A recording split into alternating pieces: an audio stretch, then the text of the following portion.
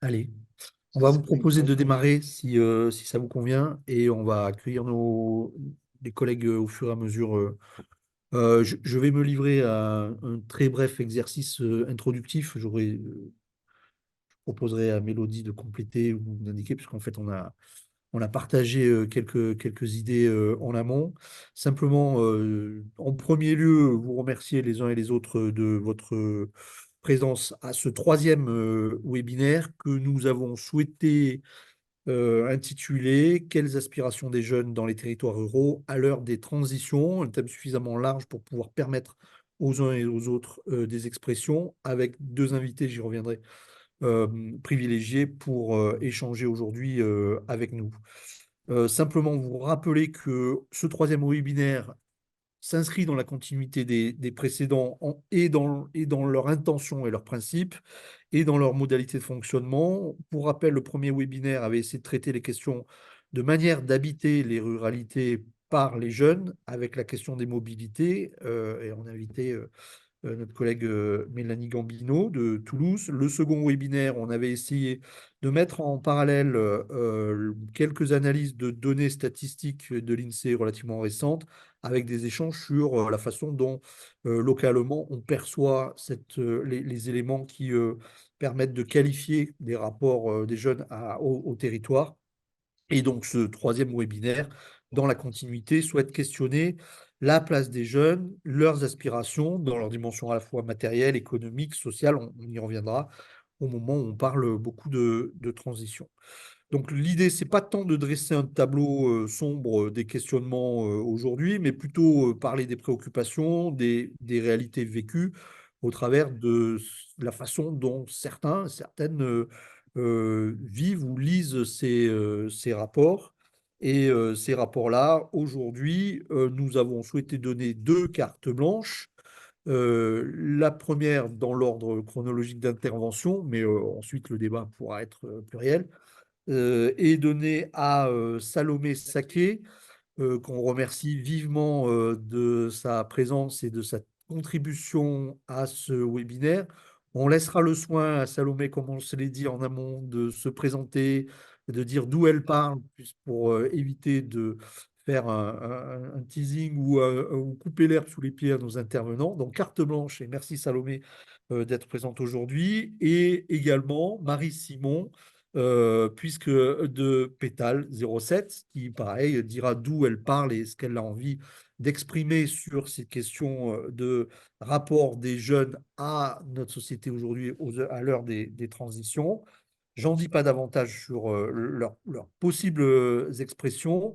Pour autant, néanmoins, dire que chacune des intervenantes sont invitées à dire leur regard, leur positionnement, leurs étonnements, la façon dont elles lisent les choses, ou elles observent les choses, ou elles souhaitent les mettre en discussion. Donc, un temps libre qui est, si possible, en deçà de 45 minutes pour laisser place à des éventuelles questions.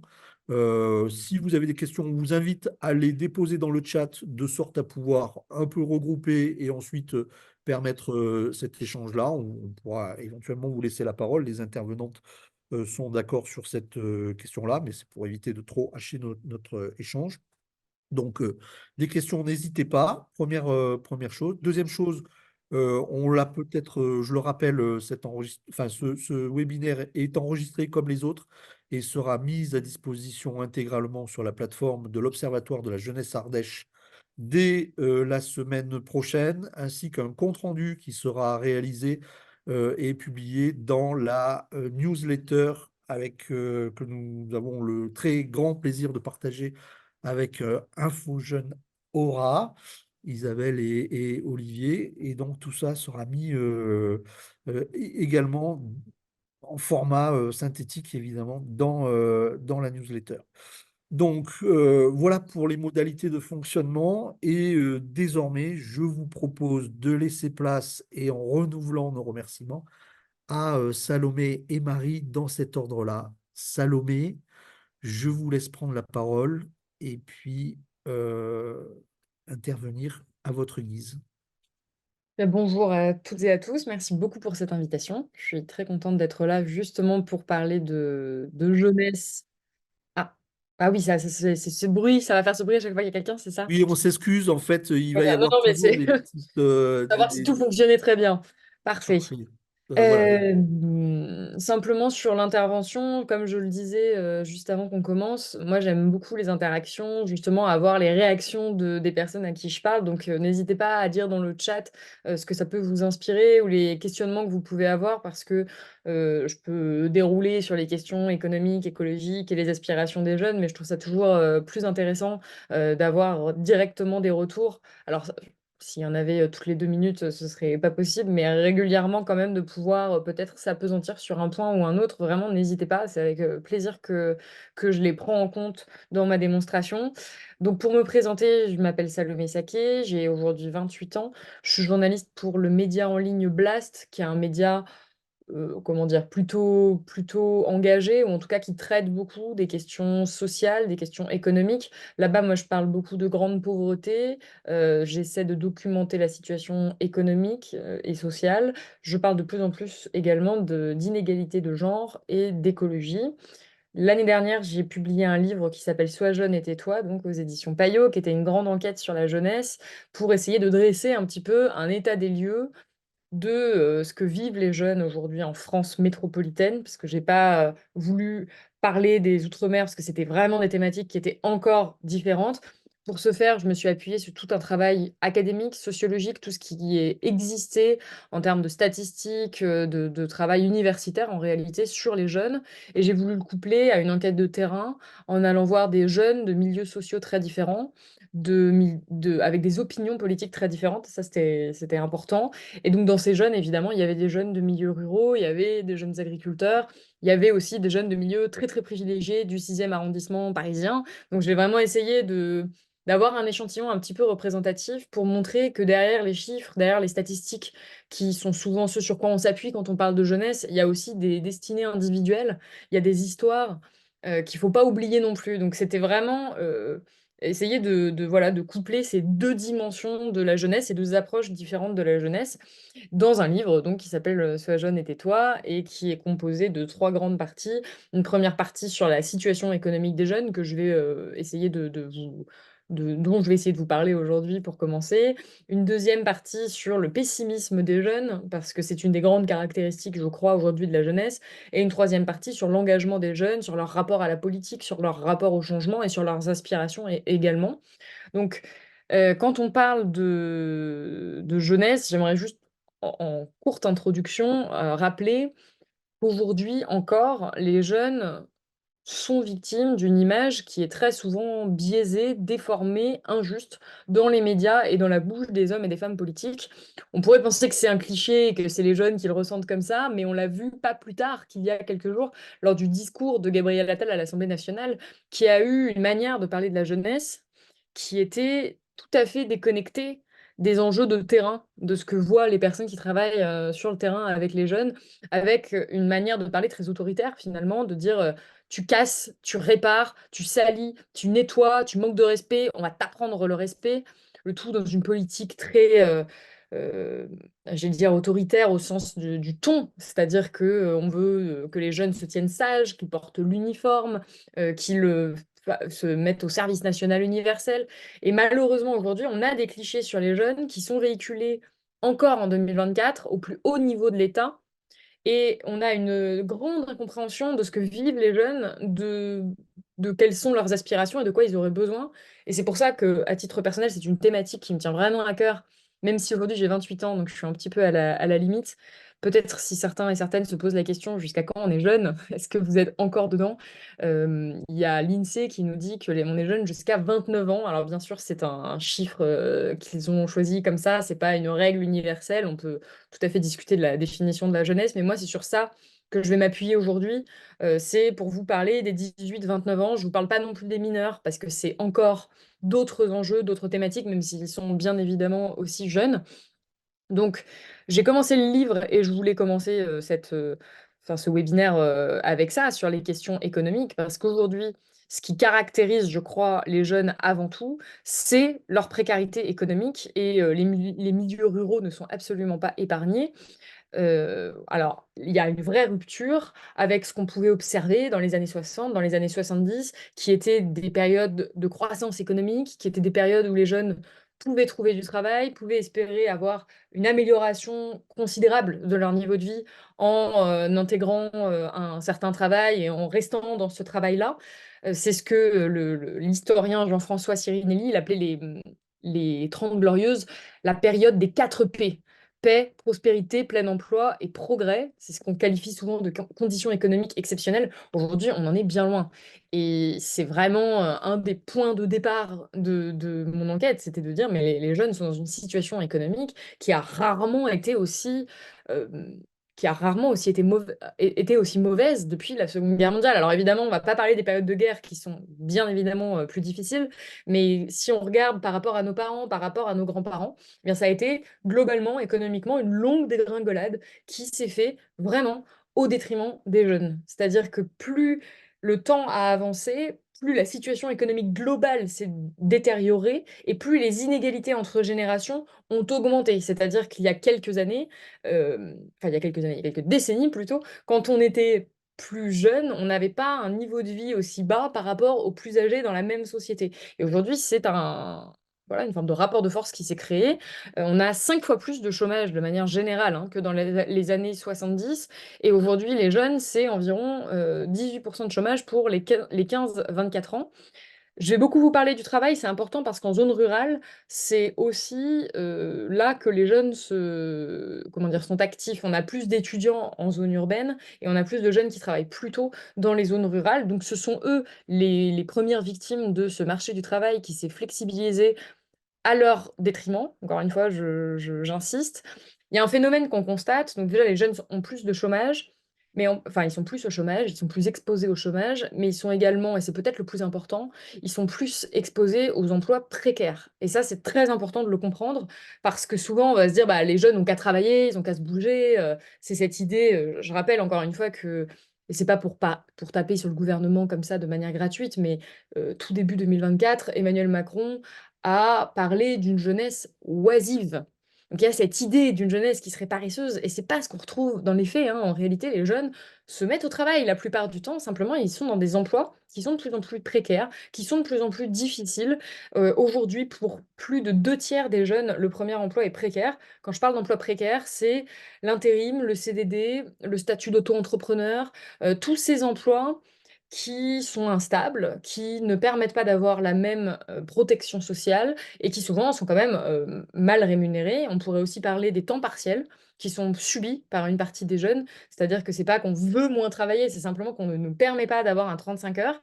Et donc tout ça, encore une fois, ça n'a pas toujours été comme ça n'a pas toujours existé. Il faut savoir que dans les années 70, alors je ne sais pas ici qui était déjà adulte dans les années 70, moi j'étais pas du tout au courant que l'emploi précaire n'existait pas. C'est-à-dire que le premier intérim a été officialisé en 1972, le premier CDD en France, c'est en 1979. Donc souvent, on a eu des grands-parents, par exemple, qui n'ont pas connu tous ces emplois précaires auxquels les jeunes aujourd'hui sont abonnés. Déjà en 1982, on avait 17% des emplois des jeunes qui étaient ces emplois précaires. Aujourd'hui, on est à 52%.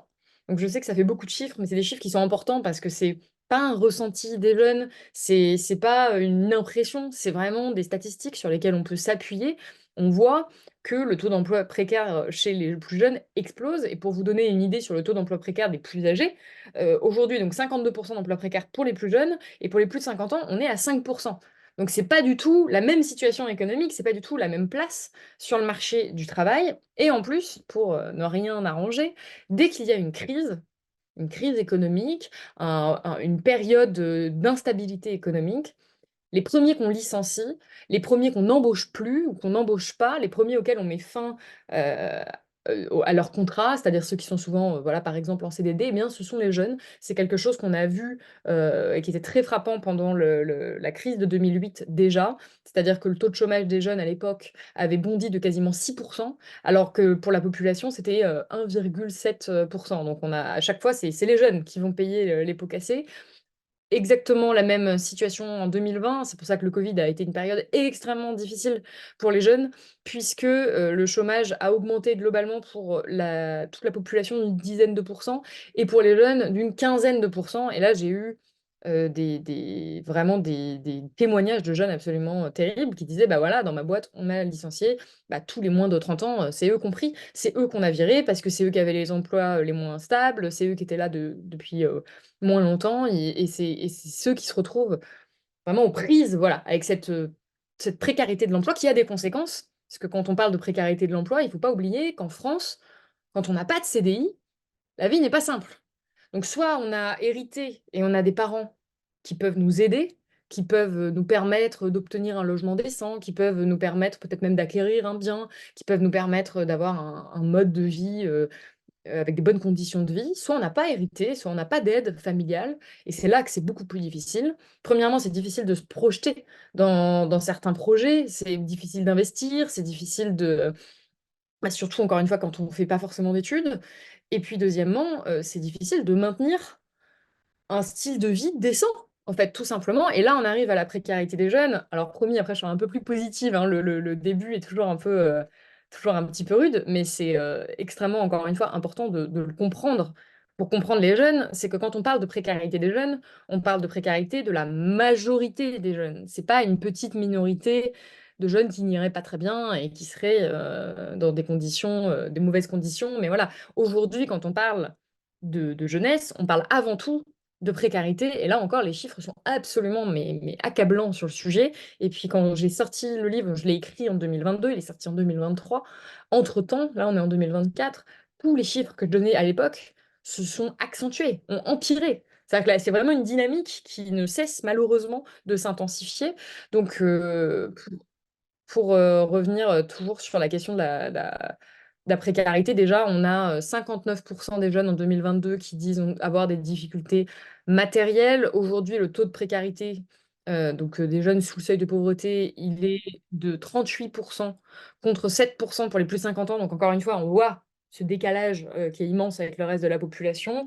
Et là, c'est particulièrement frappant sur deux aspects aujourd'hui en 2024, et ça a été s'est intensifié avec l'inflation. C'est sur la crise alimentaire. Aujourd'hui, ceux qui n'arrivent pas à se nourrir en France, ce sont des jeunes. Ceux qui font la queue pour avoir de l'aide alimentaire, la moitié d'entre eux ont moins de 26 ans, alors qu'ils représentent 13% de la population. Donc encore une fois, le décalage est absolument immense, c'est-à-dire qu'ils sont moins nombreux, mais par contre, c'est les plus nombreux à aller essayer d'obtenir de l'aide alimentaire.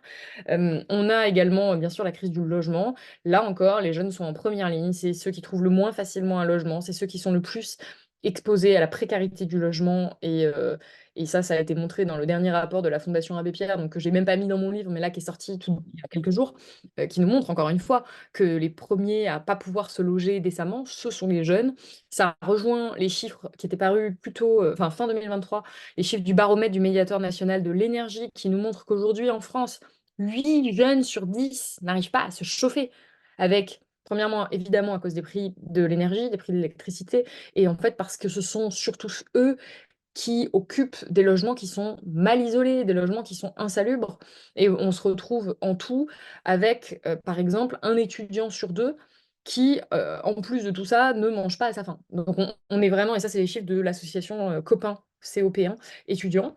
Donc on est vraiment dans des situations qui sont extrêmement préoccupantes et qui font qu'une partie des jeunes, enfin une grande partie des jeunes, encore une fois j'insiste, hein, c'est une majorité des jeunes, vont pas très bien et ont des difficultés à se projeter dans l'avenir, ont des difficultés à faire les choses au jour le jour et acceptent des emplois qui ne leur plaisent pas, vont dans des cursus qui ne leur conviennent pas, vivent dans une certaine contrainte. Alors vous allez me dire que la contrainte a toujours existé, que bien sûr tous les jeunes n'ont pas toujours fait ce qu'ils voulaient, et c'est pas ce que je veux dire là à aucun moment, mais par contre, ce niveau-là de manque de perspective, ce niveau-là de galère, il est nouveau.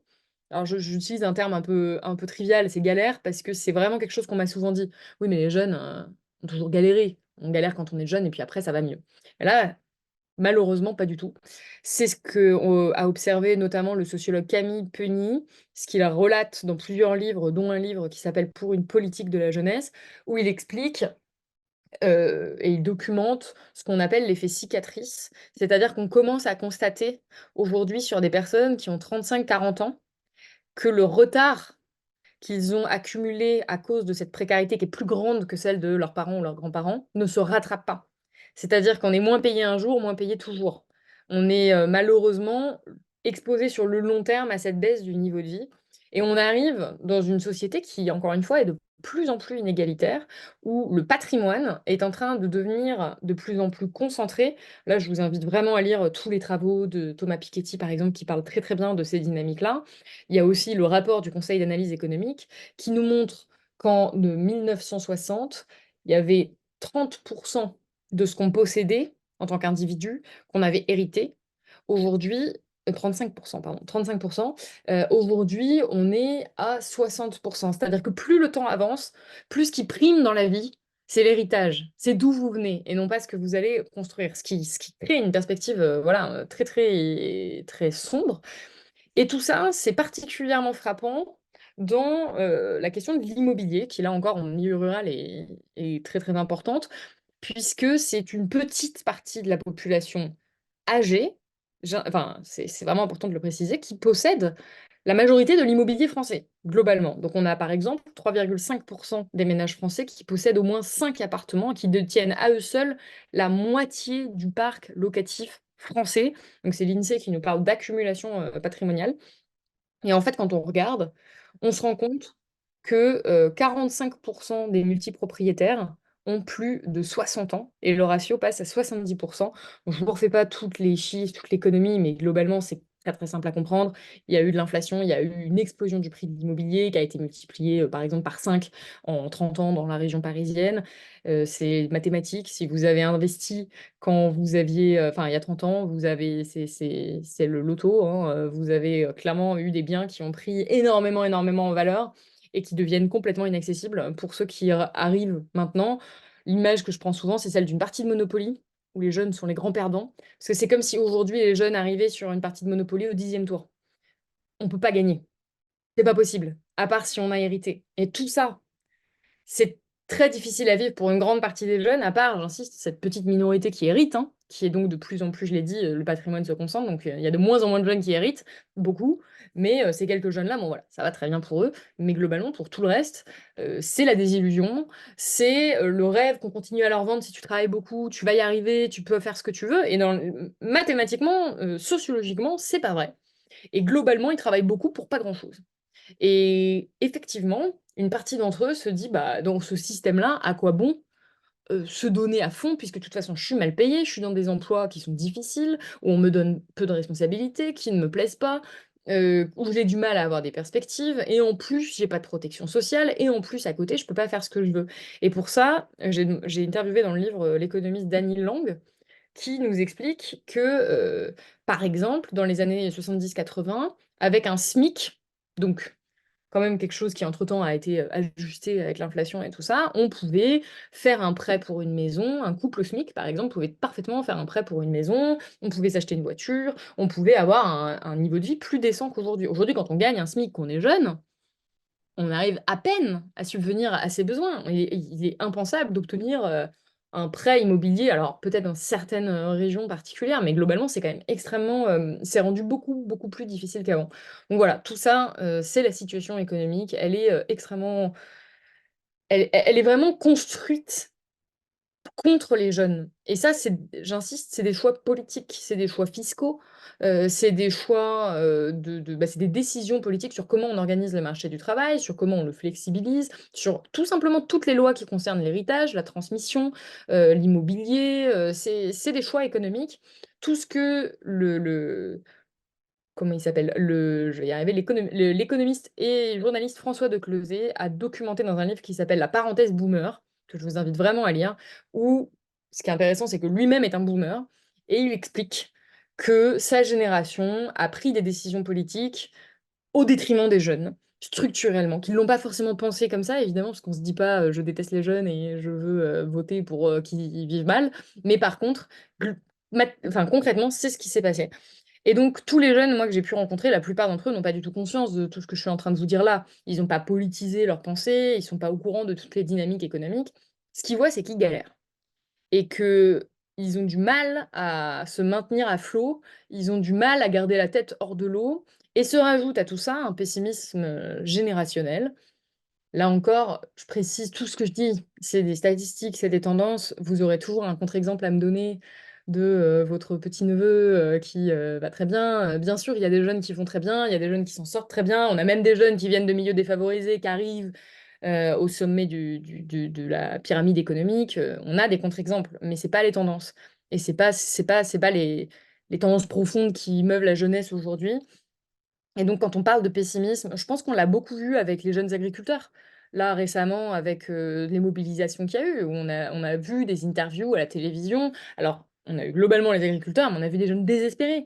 Ils disaient, mais dans quoi je m'engage? En fait, ce métier me fait rêver, mais on ne me donne pas du tout les outils pour pouvoir le mener à bien, pour pouvoir m'épanouir, pour pouvoir ne pas survivre, parce que c'est ça qu'ils font.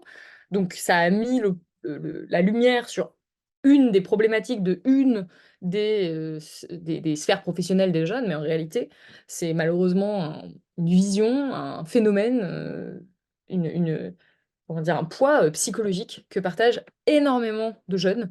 Et ça, c'était ce qui m'a le plus choqué, ce qui m'a le plus frappé dans mon enquête. Je me doutais que les jeunes allaient pas super bien, que c'était pas la fête, sinon je n'aurais pas écrit ce livre. Mais je ne m'attendais pas à trouver autant de pessimisme chez autant de jeunes de milieux sociaux différents et de territoires différents. Je pense que c'est vraiment important de le souligner. Donc, dans les raisons du pessimisme, il y a alors déjà sur le constat du pessimisme, on peut se dire que moi, l'enquête que j'ai faite, je suis pas sociologue, j'ai essayé de faire un truc représentatif, mais c'est pas forcément représentatif de toute la France. Par contre, il y a des enquêtes qui ont été faites là-dessus, sur ce pessimisme, qui sont beaucoup plus larges que la mienne et qui dressent le même constat. C'est que, par exemple, dans une enquête de Anne Muxel, la sociologue, elle nous montre que plus de la moitié des jeunes Français estiment que le monde se dégrade et va continuer à se dégrader. On a aussi les enquêtes de l'IFOP, qui sont vraiment une mine d'or pour comprendre le pessimisme, parce que l'IFOP, ça fait 60 ans qu'il mène les mêmes enquêtes, donc ils posent les mêmes questions à des personnes du même âge à une période donnée, et ils le font chaque année. Et c'est passionnant parce qu'on voit l'évolution de la perception du monde qu'ont les jeunes. Et ce qu'ils constatent, c'est que alors c'est Frédéric Dabi qui l'a documenté dans son livre La Fracture, c'est que le sentiment de malchance de vivre à l'époque actuelle chez les jeunes a doublé en 60 ans. C'est-à-dire qu'on a 2 fois plus de jeunes qui a 60 ans qui se disent qu'ils n'ont pas de chance de vivre à cette époque, et que leur avenir est extrêmement sombre, en fait. C'est ça, encore une fois, la perception, la sensation qui est portée. Et ce que je déplore, encore une fois, c'est que souvent, je vais avoir des réactions de personnes qui vont me dire: «Mais oui, mais les jeunes sont trop susceptibles, ils sont trop sensibles, ils sont, nous, de notre temps, on était plus durs, on arrivait mieux à résister» et moi, ce que j'ai voulu montrer dans le livre, c'est que si tous les jeunes ne sont pas, identiques, bien sûr, il y a une grande diversité dans la jeunesse, le contexte est commun. La plupart des jeunes évoluent donc dans ce même contexte, cette même époque et ça, moi, je suis convaincue que c'est ça qui fait il y a une augmentation pareil de, bah, voilà, de ce pessimisme, qui est évidemment en partie lié aussi aux questions écologiques, puisque la grande caractéristique de notre génération, c'est quand même qu'on va devoir faire face à ce que je considère être le plus grand défi de l'humanité, qui est la crise écologique. Et je parle bien de crise écologique et pas de changement climatique. Parce que le changement climatique, je tiens à le rappeler, même si probablement vous le savez, mais c'est une des 9 limites planétaires. Et cette limite a donc été dépassée. Les limites planétaires, c'est le seuil à partir duquel, quand on dépasse la limite planétaire, on bascule dans l'incertitude. On sait qu'on va plus pouvoir évaluer, on va plus pouvoir contrôler. Il y a déjà 6 limites sur 9 qui ont été dépassées.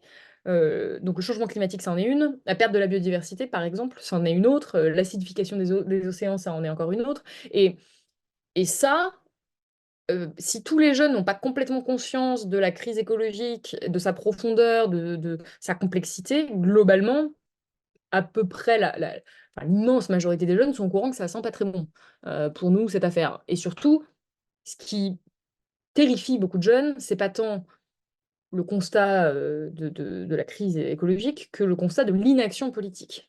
C'est l'impression et ça, beaucoup de jeunes, ont cette sensation, d'être dans une espèce de voie à l'arrière d'une voiture où il y aurait les dirigeants à l'avant qui sont en train de nous conduire à 130 à l'heure dans un mur et on peut rien faire.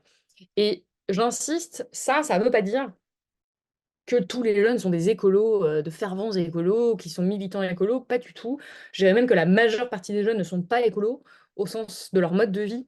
Ils ne se mobilisent pas spécialement. Il y a une partie souvent urbaine, souvent issue de classes supérieures, favorisées en tout cas, qui va se mobiliser de manière très radicale, qui va clairement se battre. Il y a un engagement, hein, mais il ne représente pas la majeure partie des jeunes. Par contre, l'éco-anxiété, c'est un jeune sur deux en France.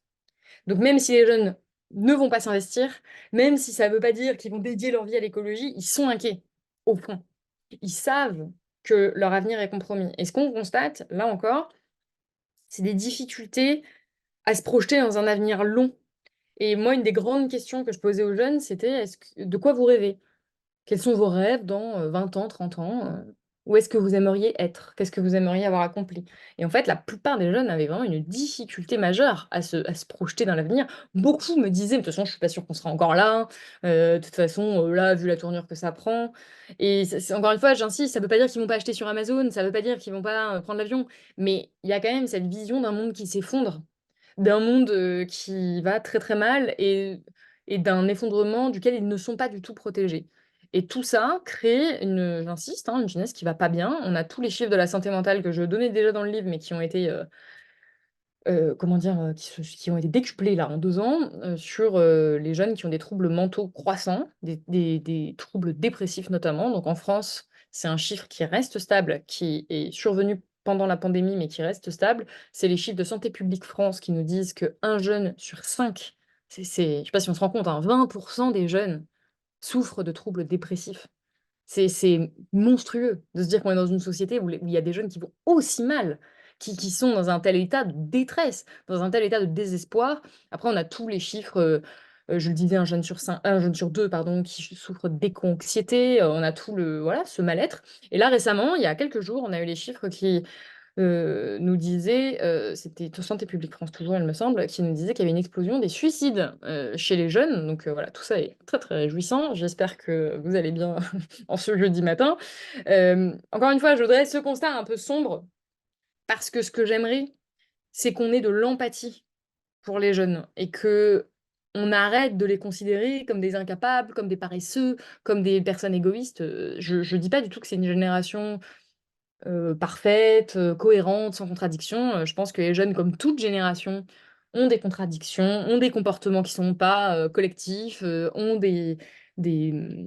enfin, font des choses qu'ils ne devraient pas faire. Voilà, on a 1000 reproches à faire à la jeunesse. Là, en l'occurrence, est une, jeunesse complètement accro, aux écrans, là, puisque c'est un des grands reproches aussi qui est fait à la jeunesse.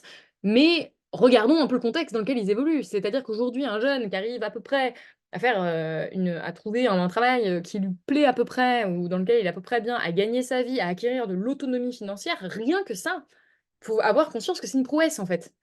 Faut avoir conscience que de traverser toutes ces années de précarité, que de se battre pour son projet, professionnel ou juste d'arriver à aller à peu près bien, c'est déjà ça coule pas du tout de source. Et ensuite et là on arrive sur des choses un petit peu plus positives quand même parce qu'il est 10h38. Eh oui, je parle. Il est 10h38, je vais bientôt, arrêter pour vous laisser la parole. Il y a beaucoup de jeunes qui, dans ce contexte, ne se laissent pas abattre et qui trouvent le moyen d'aider les autres. Et j'insiste, c'est pas forcément super, cohérent. On n'est pas sur, des jeunes qui seraient parce qu'ils aident les autres, après ils ont un comportement parfaitement aligné. Mais par contre, on a des jeunes de plus en plus nombreux qui s'inscrivent par exemple dans des associations et c'est la première fois qu'on a des chiffres qui nous montrent que les jeunes sont plus mobilisés dans le domaine associatif que les plus âgés. Parce que c'était paru, il y a un mois dans un article du Parisien qui avait, demandé à un institut de sondage justement de faire une enquête là-dessus et c'est les voilà, ça rejoint des chiffres qu'on avait déjà d'Anne Muxel. Alors attendez, je vais les retrouver parce que ils étaient, ils étaient intéressants aussi, qui nous disaient, voilà, que 55 des 18-30 ans sont, adhérents d'une association contre 46 pour l'ensemble de la population. On a aussi plus de jeunes dans des associations dites à but altruiste, donc là, c'est les associations d'aide, alimentaire, d'aide aux sans-papiers, enfin ça peut être tout un tas d'associations. Et donc les jeunes sont globalement concernés par ce qui se passe. Ils ont un engagement qui a été documenté comme étant plus ponctuel, comme étant ce que la politiste Sarah Picard appelle la do-it-yourself politics, c'est-à-dire que c'est de la politique, hein. Quand on veut avoir un impact positif sur la société, c'est de la politique, mais ça va pas forcément passer par le vote, puisque clairement les jeunes votent beaucoup moins qu'avant, mais ça va passer par des actions ponctuelles, donc des manifestations, du boycott, je le disais, de l'associatif, ça peut être aussi des dons à une association, puisque les jeunes, malgré leur pauvreté, donnent à des associations. Ça peut être un changement d'orientation professionnelle également, ça peut être de l'engagement en ligne, le fait de partager certaines causes. Et donc, les jeunes sont mobilisés pour une grande partie d'entre eux, pas tous. Encore une fois, en mai 68, tous les jeunes n'étaient pas du tout mobilisés, hein, bien loin de là. Et bien là, de la même manière, on n'a pas tous les jeunes qui sont mobilisés, mais on a des jeunes qui sont quand même tournés vers autrui, contrairement, encore une fois, à ce qu'on pourrait penser, qui ont conscience des enjeux collectifs, qui sont préoccupés par ce qui se passe et qui, de temps en temps, quand ils ont l'impression que ce qu'ils vont faire va changer la donne, quand ils sont sensibilisés à une cause, sont capables de se mobiliser massivement. Alors là, pour ça, je prendrai l'exemple des Ouïghours, qui m'a beaucoup étonnée, parce que je me dis que c'est quand même un truc qui se passe loin, qui est pas du tout, heu,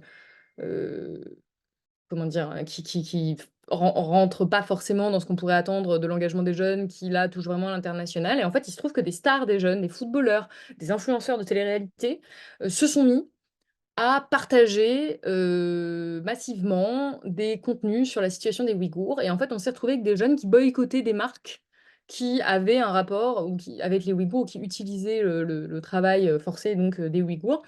Et c'était assez, voilà, c'était assez étonnant, c'est un gros phénomène auprès des jeunes.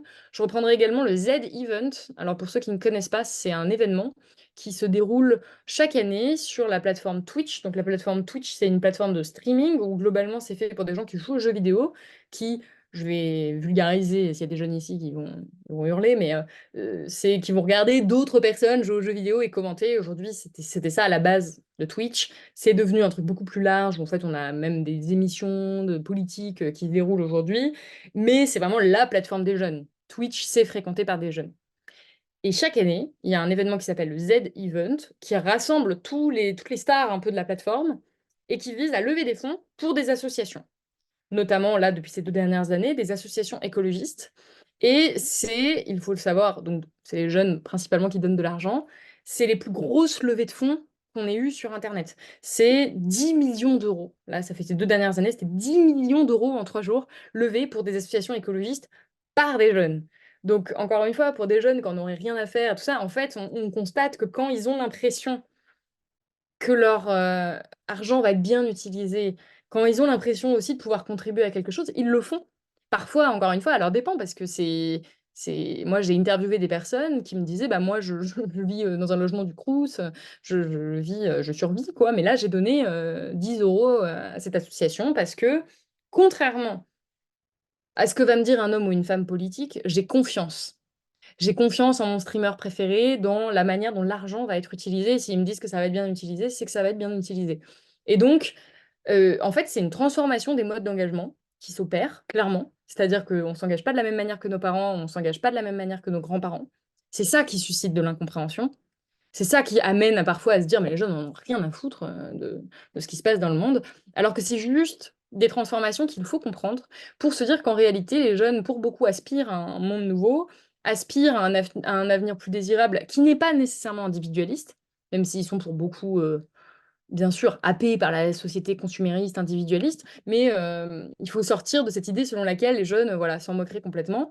Et je vais finir parce qu'il est déjà 10h44, sur cette question de l'engagement et oui, de l'engagement, sur le fait qu'il y a de plus en plus de jeunes aujourd'hui qui changent de carrière, qui ont des réorientations professionnelles pour trouver un emploi qui a du sens pour eux et pour ne pas travailler pour des entreprises qui nuiraient à notre futur collectif. Et donc ça, c'est quelque chose qu'on a notamment vu en ville, où on a des jeunes issus notamment des grandes écoles qui préfèrent renoncer à un emploi très bien rémunéré, qui confère aussi un certain statut social, pour pouvoir justement aller en Ardèche faire de la permaculture. J'exagère complètement, mais en fait, pas tant que ça, hein. Vraiment, il y en a qui changent complètement de voie professionnelle et qui cherchent quelque chose qui a du sens, qui cherchent à contribuer en fait au bien-être collectif, qui cherchent à contribuer à l'avenir. Et tout ça, je trouve que ça donne beaucoup d'espoir, ça montre qu'il y a beaucoup de volonté. Et ce dont je suis profondément convaincue après cette enquête,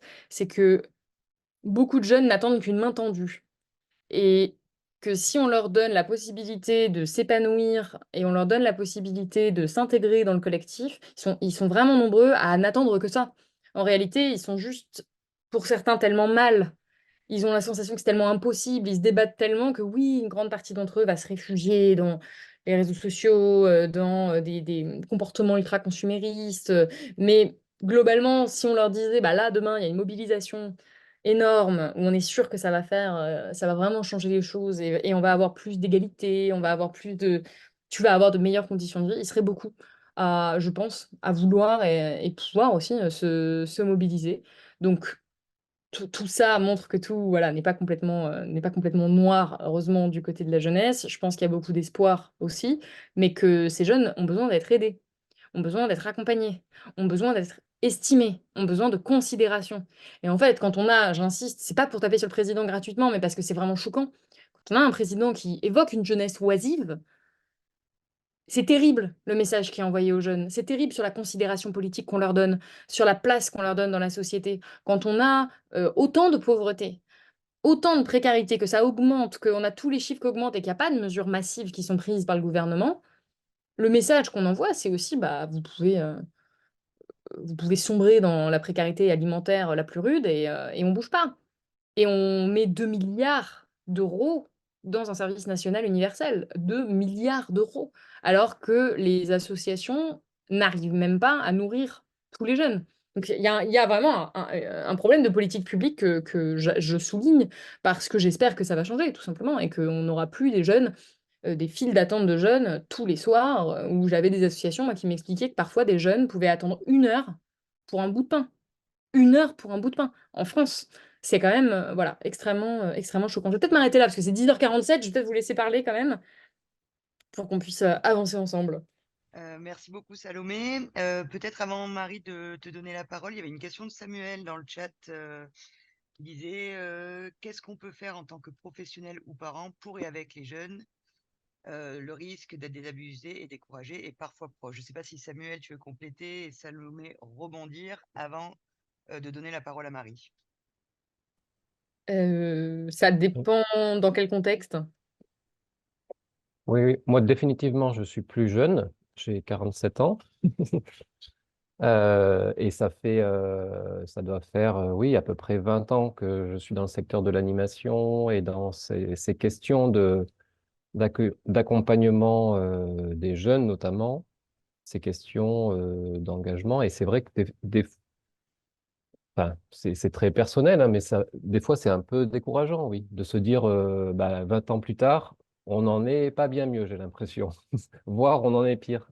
Donc, en tant que professionnel, et je mets aussi en tant que parent, parce que ça peut être le cas pour certains, c'est parfois difficile de se dire à quoi on se raccroche et surtout quelle prise on peut avoir pour que ça puisse évoluer positivement, on va dire. Parce que enfin, cette question de avoir prise sur quelque chose, je trouve qu'elle n'est pas évidente aujourd'hui, où globalement, oui, à chaque fois, ce qu'on peut mettre en place, c'est déstabilisé par des politiques nationales ou plus larges, en fait. Oui, alors je comprends, parce que parfois j'ai aussi cette sensation en tant que journaliste de me dire, mais ils regardent pas ce qui se passe ou comment ils ont mis en place cette politique publique. Donc je pense que la direction politique qui est prise est particulièrement désespérante dans beaucoup de domaines et que ça touche pas d'ailleurs que les jeunes et que globalement ça se fait vraiment au détriment de la majorité et ça a été maintes fois documenté. Donc c'est vrai que c'est difficile. Après, sur le plan individuel, je pense que quelque chose qui est quand même rassurant, c'est qu'il y a une prise de conscience sur le caractère inadapté de nombreuses politiques publiques dans de nombreux domaines, de la plupart des gens. En tout cas, peut-être que c'est dans ma bulle, mais j'ai cette sensation-là. Et surtout, on a toujours effectivement cette possibilité d'impact individuel, surtout si vous êtes un professionnel du secteur, en étant en contact avec des jeunes. On voit bien que ce qui constitue je veux dire un palliatif, mais qui se substitue en fait à des politiques adaptées, c'est des professionnels de la jeunesse dévoués. Parce que souvent, moi, dans les parcours que j'ai pu avoir de jeunes, ce qui a pu les sauver, ce qui a pu leur faire sortir la tête de l'eau, malheureusement, encore une fois, aujourd'hui, ce ne sont pas des politiques publiques adaptées, ce ne sont pas, c'est pas l'État, mais ça va être un professeur, ça va être un professionnel de la jeunesse, quelqu'un qui est dans une association, qui va leur tendre la main et qui va être là au bon moment et leur dire les bons mots, et ça peut vraiment changer des destins quoi, de jeunes. Et ce que je disais au début, et ça peut paraître complètement banal et bateau, mais il y a un manque d'écoute global des jeunes. Et ça, c'est pas ce que j'ai retrouvé chez les professeurs, où en fait les gens qui travaillent avec les jeunes, globalement, savent les écouter.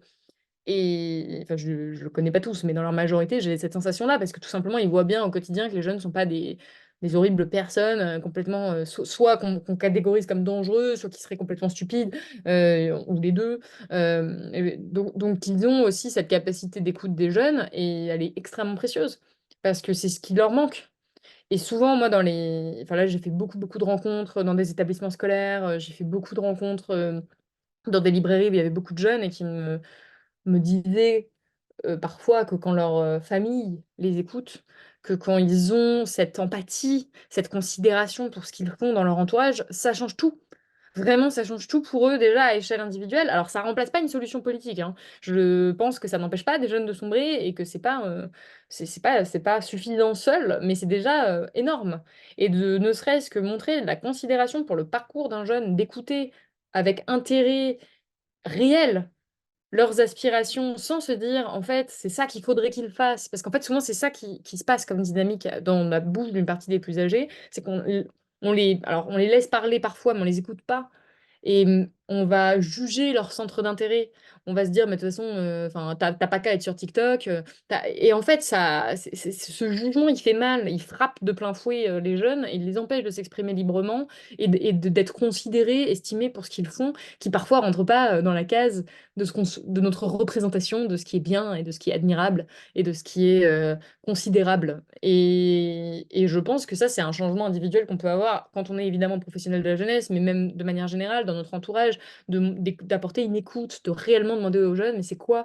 Moi, c'était une des questions que je posais dans l'enquête, c'était pas des questions orientées comme on le fait beaucoup en journalisme pour arriver à une démonstration, c'était des questions très ouvertes. C'était qu'est-ce qui vous plaît dans la vie?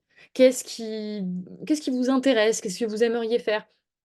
En essayant derrière moi de ne pas porter de jugement. Et je me suis rendu compte quand je posais ces questions aux jeunes, aucun jeune n'a pas voulu me répondre. Ça n'arrive jamais en journalisme. On se confronte toujours normalement à des gens à un moment qui veulent pas participer ou qui voilà, veulent pas témoigner. Et là, moi, en posant ces questions ouvertes, même des jeunes d'extrême droite, même des jeunes de banlieue, des jeunes que j'ai eu plus de difficultés à atteindre, une fois que je leur posais des questions comme ça, eh bien, ils déroulaient, hein. Ils étaient hyper contents en fait qu'on leur demande ce qu'ils voulaient faire et tout ça. Et donc je pense qu'un moyen d'action, encore une fois, qui est simple mais qui est énorme, c'est juste d'écouter les jeunes de son entourage, de leur apporter de la considération, de leur apporter de l'aide quand on peut, évidemment, de l'aide matérielle, de l'aide psychologique. Et après, sur le côté politique, comment on fait pour que les politiques de la jeunesse changent? Voilà, c'est l'immense question à laquelle je ne répondrai pas aujourd'hui, de l'action collective. Comment on arrive à faire changer les choses? Visiblement, dans le cadre des institutions aujourd'hui, c'est rendu extrêmement compliqué. Donc, visiblement, quand on se mobilise comme les agriculteurs, ben, ça paye, hein. Écoutez, il faut aller déverser de l'engrais devant, je ne sais pas. Je ne sais pas ce qu'il faut faire exactement pour être entendu. C'est une question qui me taraude de plus en plus parce que même quand des spécialistes s'expriment, même quand il y a des actions collectives, par exemple comme la réforme des retraites, où il y a eu vraiment de très, très fortes mobilisations pacifistes et tout, bah, ça ne paye pas. Donc je ne saurais pas répondre. Merci beaucoup. Je vois qu'il y a quelques commentaires dans le chat. Je propose peut-être de laisser la parole à Marie Simon.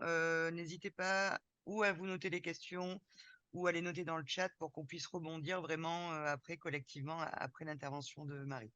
Marie, c'est bon pour toi? Oui, Super. Eh ben vas-y. et donc je suis Marie Timon, je suis donc issue de l'éducation populaire, formatrice et éducatrice à l'environnement. Et donc aujourd'hui, j'encadre le collectif Pétale 07. Donc je coordonne le collectif Pétale 07, donc qui est le collectif des acteurs de l'éducation à l'environnement et qui est aussi un espace de concertation en Ardèche. Voilà. Et puis donc du coup, je vais partir de ce que j'ai observé un peu dans mes pratiques, notamment d'encadrement de chantiers de jeunes. Et donc avec les ateliers, jardins, compost, etc. Et donc de partir de cette pratique-là, et puis de partir aussi des expériences qu'on a menées sur l'Ardèche, sur 2 projets un peu forts ces dernières années, là, sur 5-6 ans, le projet Agir et le projet Leader, parce que je trouve que c'est un peu éclairant de notre vécu commun pour les Ardéchois qui sont autour de la table. Voilà, donc du coup, dans l'encadrement des chantiers de jeunes, en fait, au début, j'ai beaucoup encadré de chantiers sur le site du Viellodon. Je fais partie du réseau des chantiers co-travaux, donc des chantiers de bénévoles. Et puis, dans ce réseau-là, on a des associations ardéchoises où on réinterroge régulièrement les fondamentaux de la pédagogie des chantiers.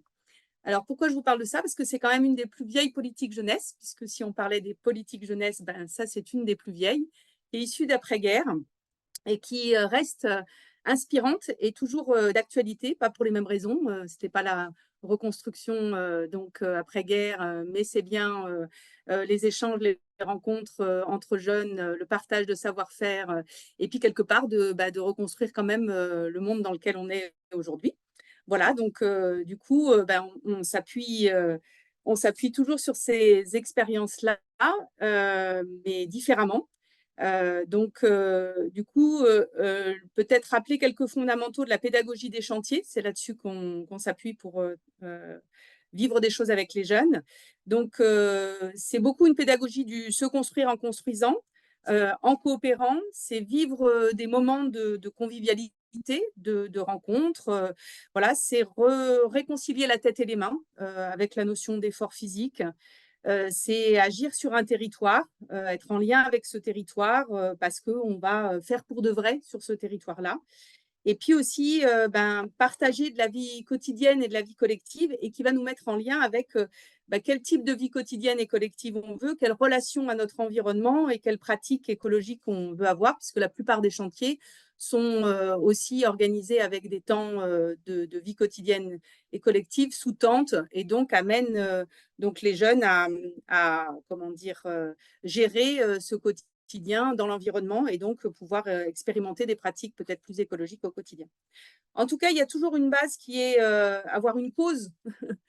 Alors, elle peut être rénover un patrimoine, elle peut être qu'il soit naturel ou historique. Il y a toujours une cause. Et c'est ça qui va être, c'est cet enjeu-là, c'est cette utilité-là qui va être un peu le facteur d'engagement vers un travail volontaire. On se sent utile. Voilà. Mais ça ne suffirait pas. Donc, il y a aussi l'acquisition de savoir, de savoir-faire, les maîtrises techniques. Voilà. Et puis, le fait que les actions soient concrètes, qu'on fait pour de vrai. Moi, je dis souvent, ce n'est pas de la dinette. On fait pour de vrai, on réalise quelque chose. On a le droit à l'erreur, mais en fait, on va faire aboutir quelque chose de concret, un mur, une voûte, la restauration d'un bâtiment historique.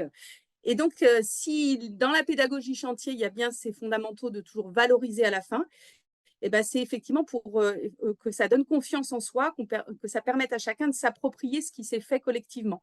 Donc, on reprend un peu du pouvoir d'agir, on a pris des responsabilités et on est dans un processus en fait d'accompagnement. Enfin, quand les animateurs des chantiers déroulent le processus, c'est vraiment accompagnement, progression, des rituels et on va permettre aux participants de pouvoir se responsabiliser sur des postes, donc pouvoir petit à petit acquérir une vision globale et pourquoi pas être aussi responsable de chantier par la suite.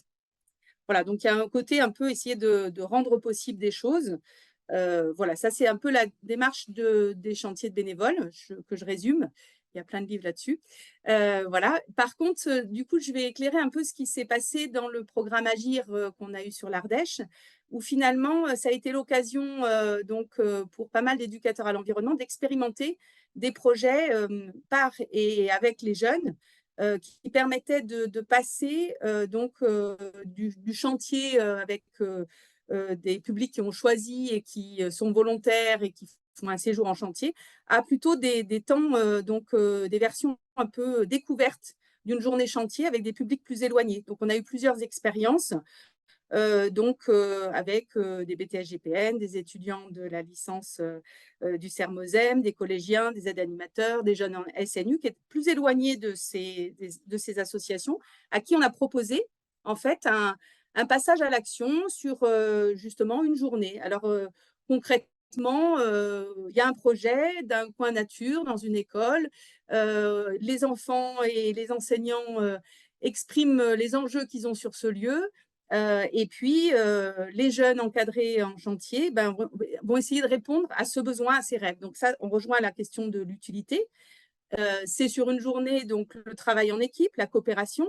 Et puis, du coup, l'encadrant chantier, son job, c'est de poser un cadre de travail sécurisé, organiser la vie quotidienne, et puis permettre à chacun de répondre à ces enjeux, mais en prenant soin de soi, soin des autres, soin de l'environnement, et en se responsabilisant petit à petit, et d'aller vers la valorisation de ce lieu. Voilà, alors les constats que ça a permis de faire, parce que c'est un peu un changement de pratique d'être sur un séjour chantier ou sur une journée un peu découverte, c'est que c'est un vrai changement de posture pédagogique des animateurs. C'est-à-dire que par rapport à un animateur jeunesse, un encadrant chantier, en fait, il faut aussi qu'il maîtrise la technique, le projet. Il faut qu'il soit prêt à partager sur les enjeux. Il faut qu'il soit aussi un peu, pour que ça marche bien, il faut qu'il soit un peu biodégradable, nous on a tendance à dire. C'est-à-dire que justement, puisqu'il s'agit de donner des responsabilités, à un moment donné, il faut aussi savoir être un petit peu biodégradable, laisser la place, tout en gardant les caps et tout en donnant de l'air. Donc, c'est assez subtil comme accompagnement. Il faut croire en eux aussi, parce qu'en fait, on est sur des techniques où on n'a pas forcément la maîtrise des savoir-faire. Enfin, les jeunes n'ont pas forcément la maîtrise des savoir-faire. Et donc, du coup, il faut croire en eux pour qu'eux croient en eux. Voilà. Et donc, apprendre à faire confiance.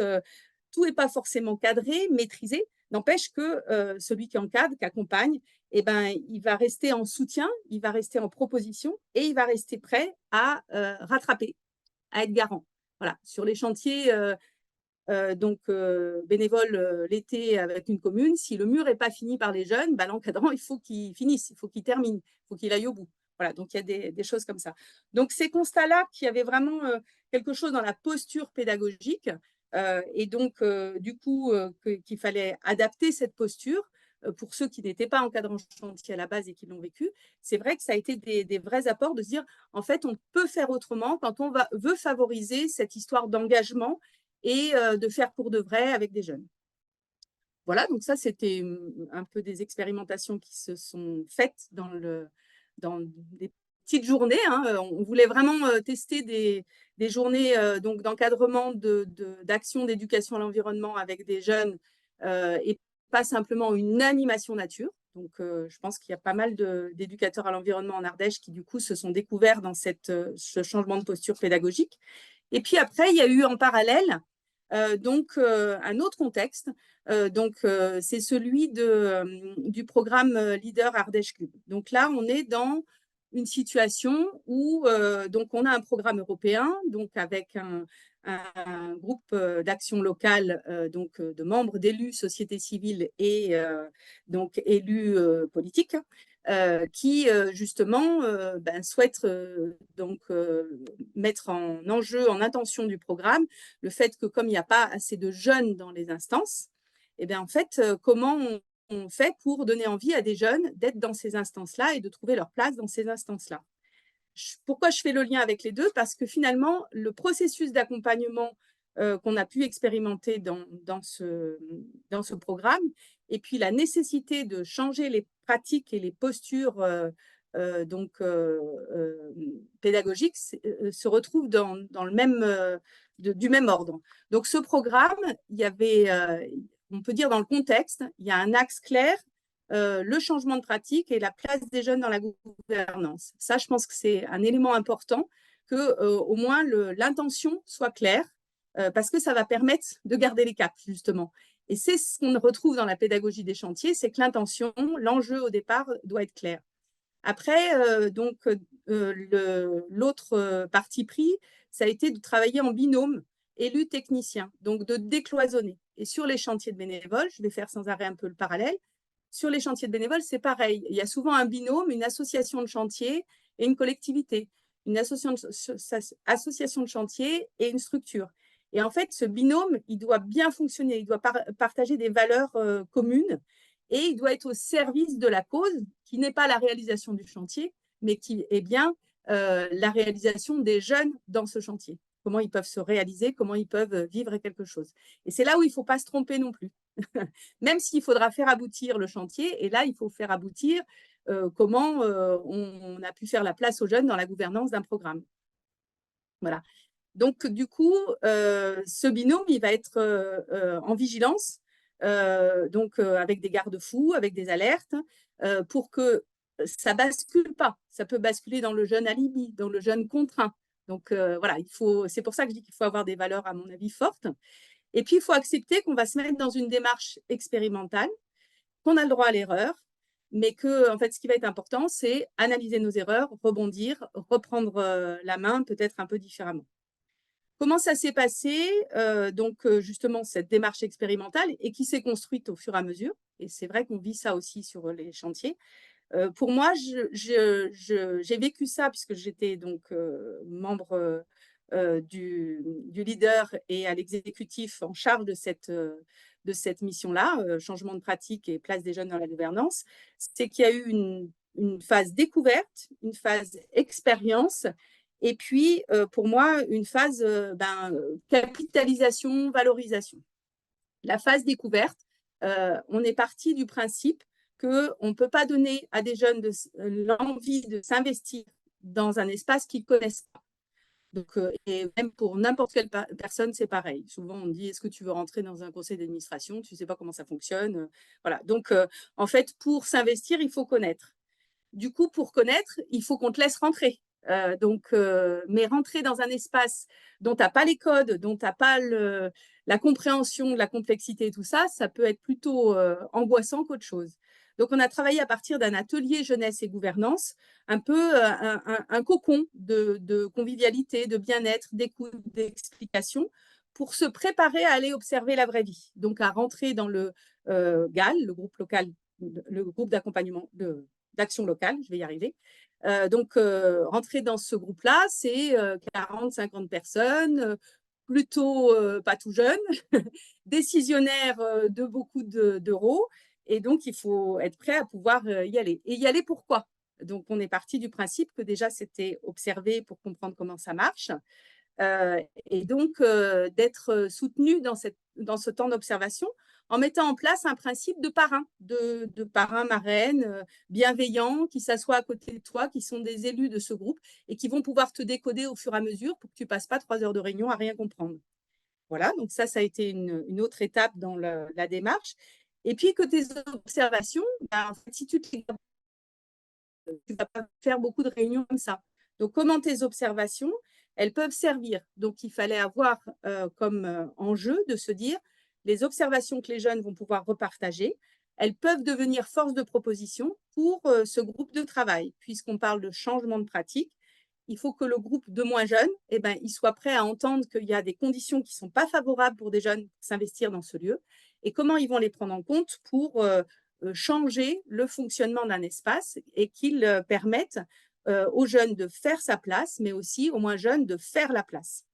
Donc, ça peut passer par enlever les tables et avoir des chaises en rond parce que c'est plus convivial, des éthiques pour savoir à qui on parle, gérer la prise de parole, modifier le règlement intérieur si les conditions de fonctionnement ne permettent pas aux jeunes de trouver leur place et de pouvoir justement être acteurs au même titre que les autres élus.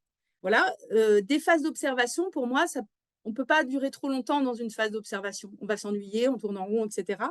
Donc, une phase d'expérimentation, et ça, c'était aussi prévu dans le programme, que les jeunes puissent passer à l'action en gérant une ligne budgétaire pour de vrai, comme les élus. Donc, avec des réunions, des auditions, la création du fonctionnement de cet appel à projet, Et donc, du coup, d'être dans la vraie vie et du coup, de pouvoir faire ses preuves, donc de présenter les résultats de son travail, en sachant que moi, ce que j'ai pu observer, c'est que quand des jeunes présentent le résultat d'un travail dans une instance où ils ont joué le jeu comme les autres, et ben, je trouve que le regard est quand même plus rude, plus exigeant. On leur demande plus qu'on a demandé à d'autres élus plus âgés. Et ça, c'est quelque chose que j'ai observé qui me dérangeait. Mais par contre, une fois que ils ont fait leurs preuves, effectivement, du coup, la légitimité est gagnée pour être dans cette instance-là.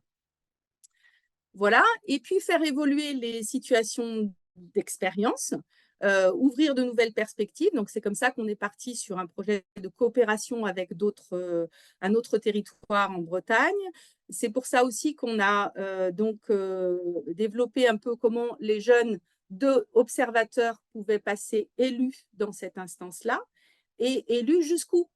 Pourquoi ils seraient limités? Puisqu'il y a des élus qui sont dans le groupe local, dans le groupe, je vais y arriver, dans le groupe d'action locale, mais il y a aussi un exécutif. Donc, oser pousser la place jusqu'à l'exécutif. Il n'y a pas de raison de réserver des espaces. Voilà, donc on a pu progresser comme ça.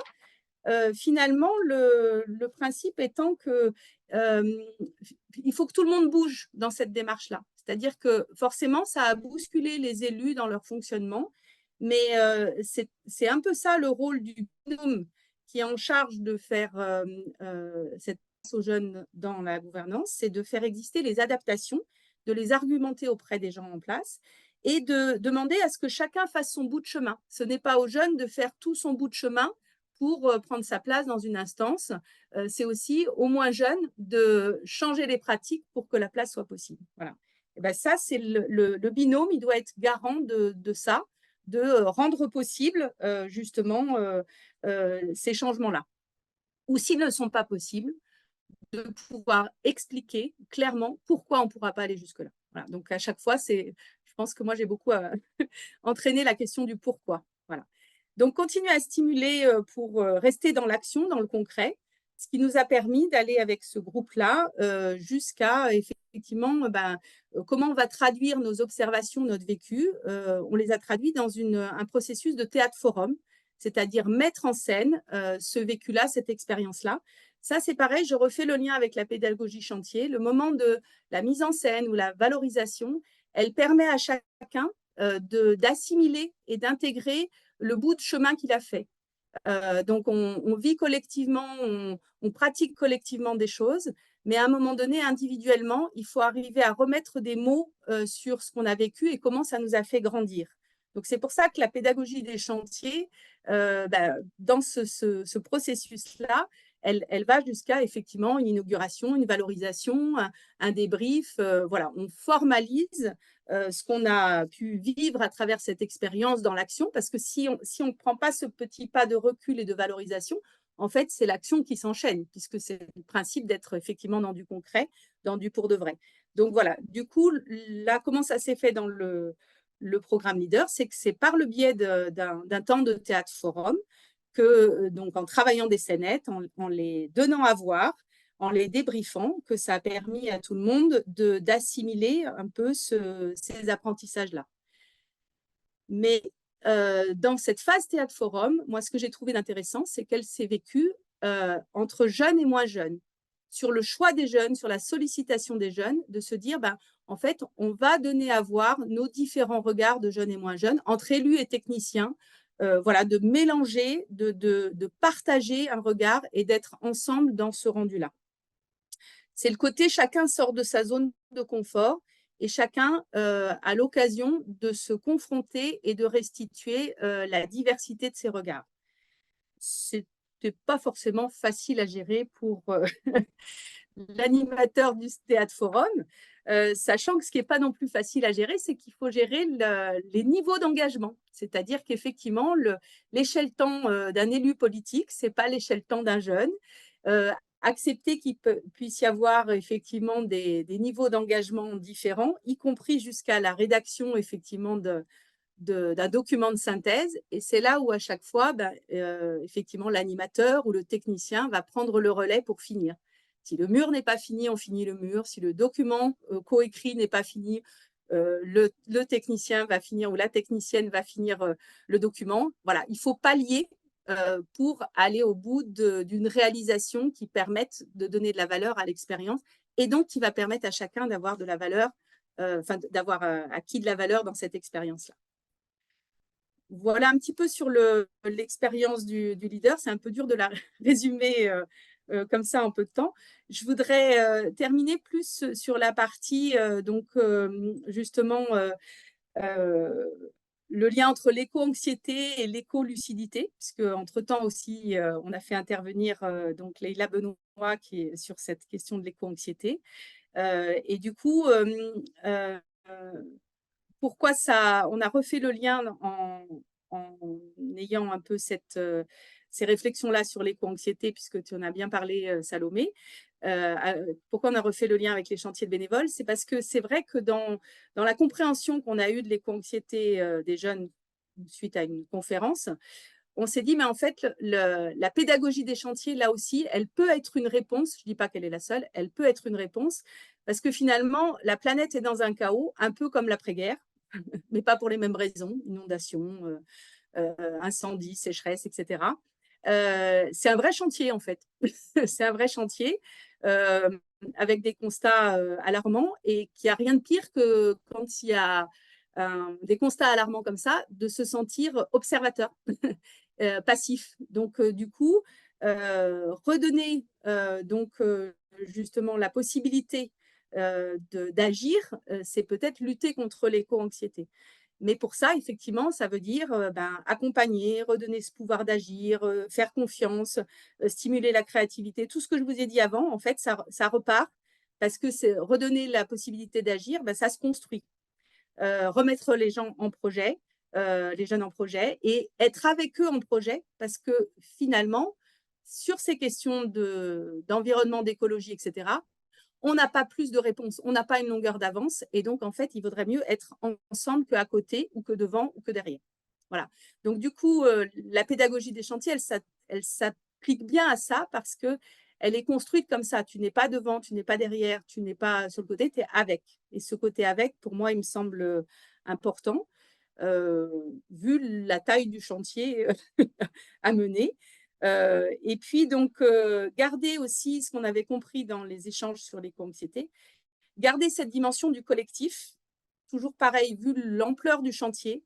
Si on cherche à être dans l'action mais seul, en fait, on va déprimer rapidement parce qu'on va bien voir qu'il n'y a pas forcément d'impact. Donc, maintenir la dimension de faire collectif, de faire intergénération, mais de faire collectif et surtout valoriser chaque petit pas. C'est-à-dire peut-être on ne va pas changer le monde demain, effectivement, mais chaque petit pas, chaque petit acquis est à valoriser parce que c'est lui qui va donner l'énergie du prochain pas. Voilà. Donc, du coup, ça aussi, on le retrouve dans la pédagogie des chantiers de bénévoles, c'est qu'on valorise une réalisation et on est tellement fiers de ça, on voit qu'on a réussi à le faire. Du coup, on trouve l'énergie d'aller faire le pas qui suit. Et du coup, c'est pour ça que je trouvais que ça s'adaptait bien à notre contexte d'aujourd'hui. Et les gens qui encadrent les chantiers de bénévoles avec moi trouvent aussi que c'est une bonne réponse et qu'il faut continuer à accompagner le changement et la transition un petit peu dans cet esprit-là, en acceptant qu'on va dans l'inconnu et que du coup, il faut considérer chacun, tu parlais de considération tout à l'heure, il faut considérer chacun donc, comme étant complémentaire dans cet inconnu et stimuler sans arrêt l'intérêt de faire ensemble. Voilà. Je terminerai bien là-dessus.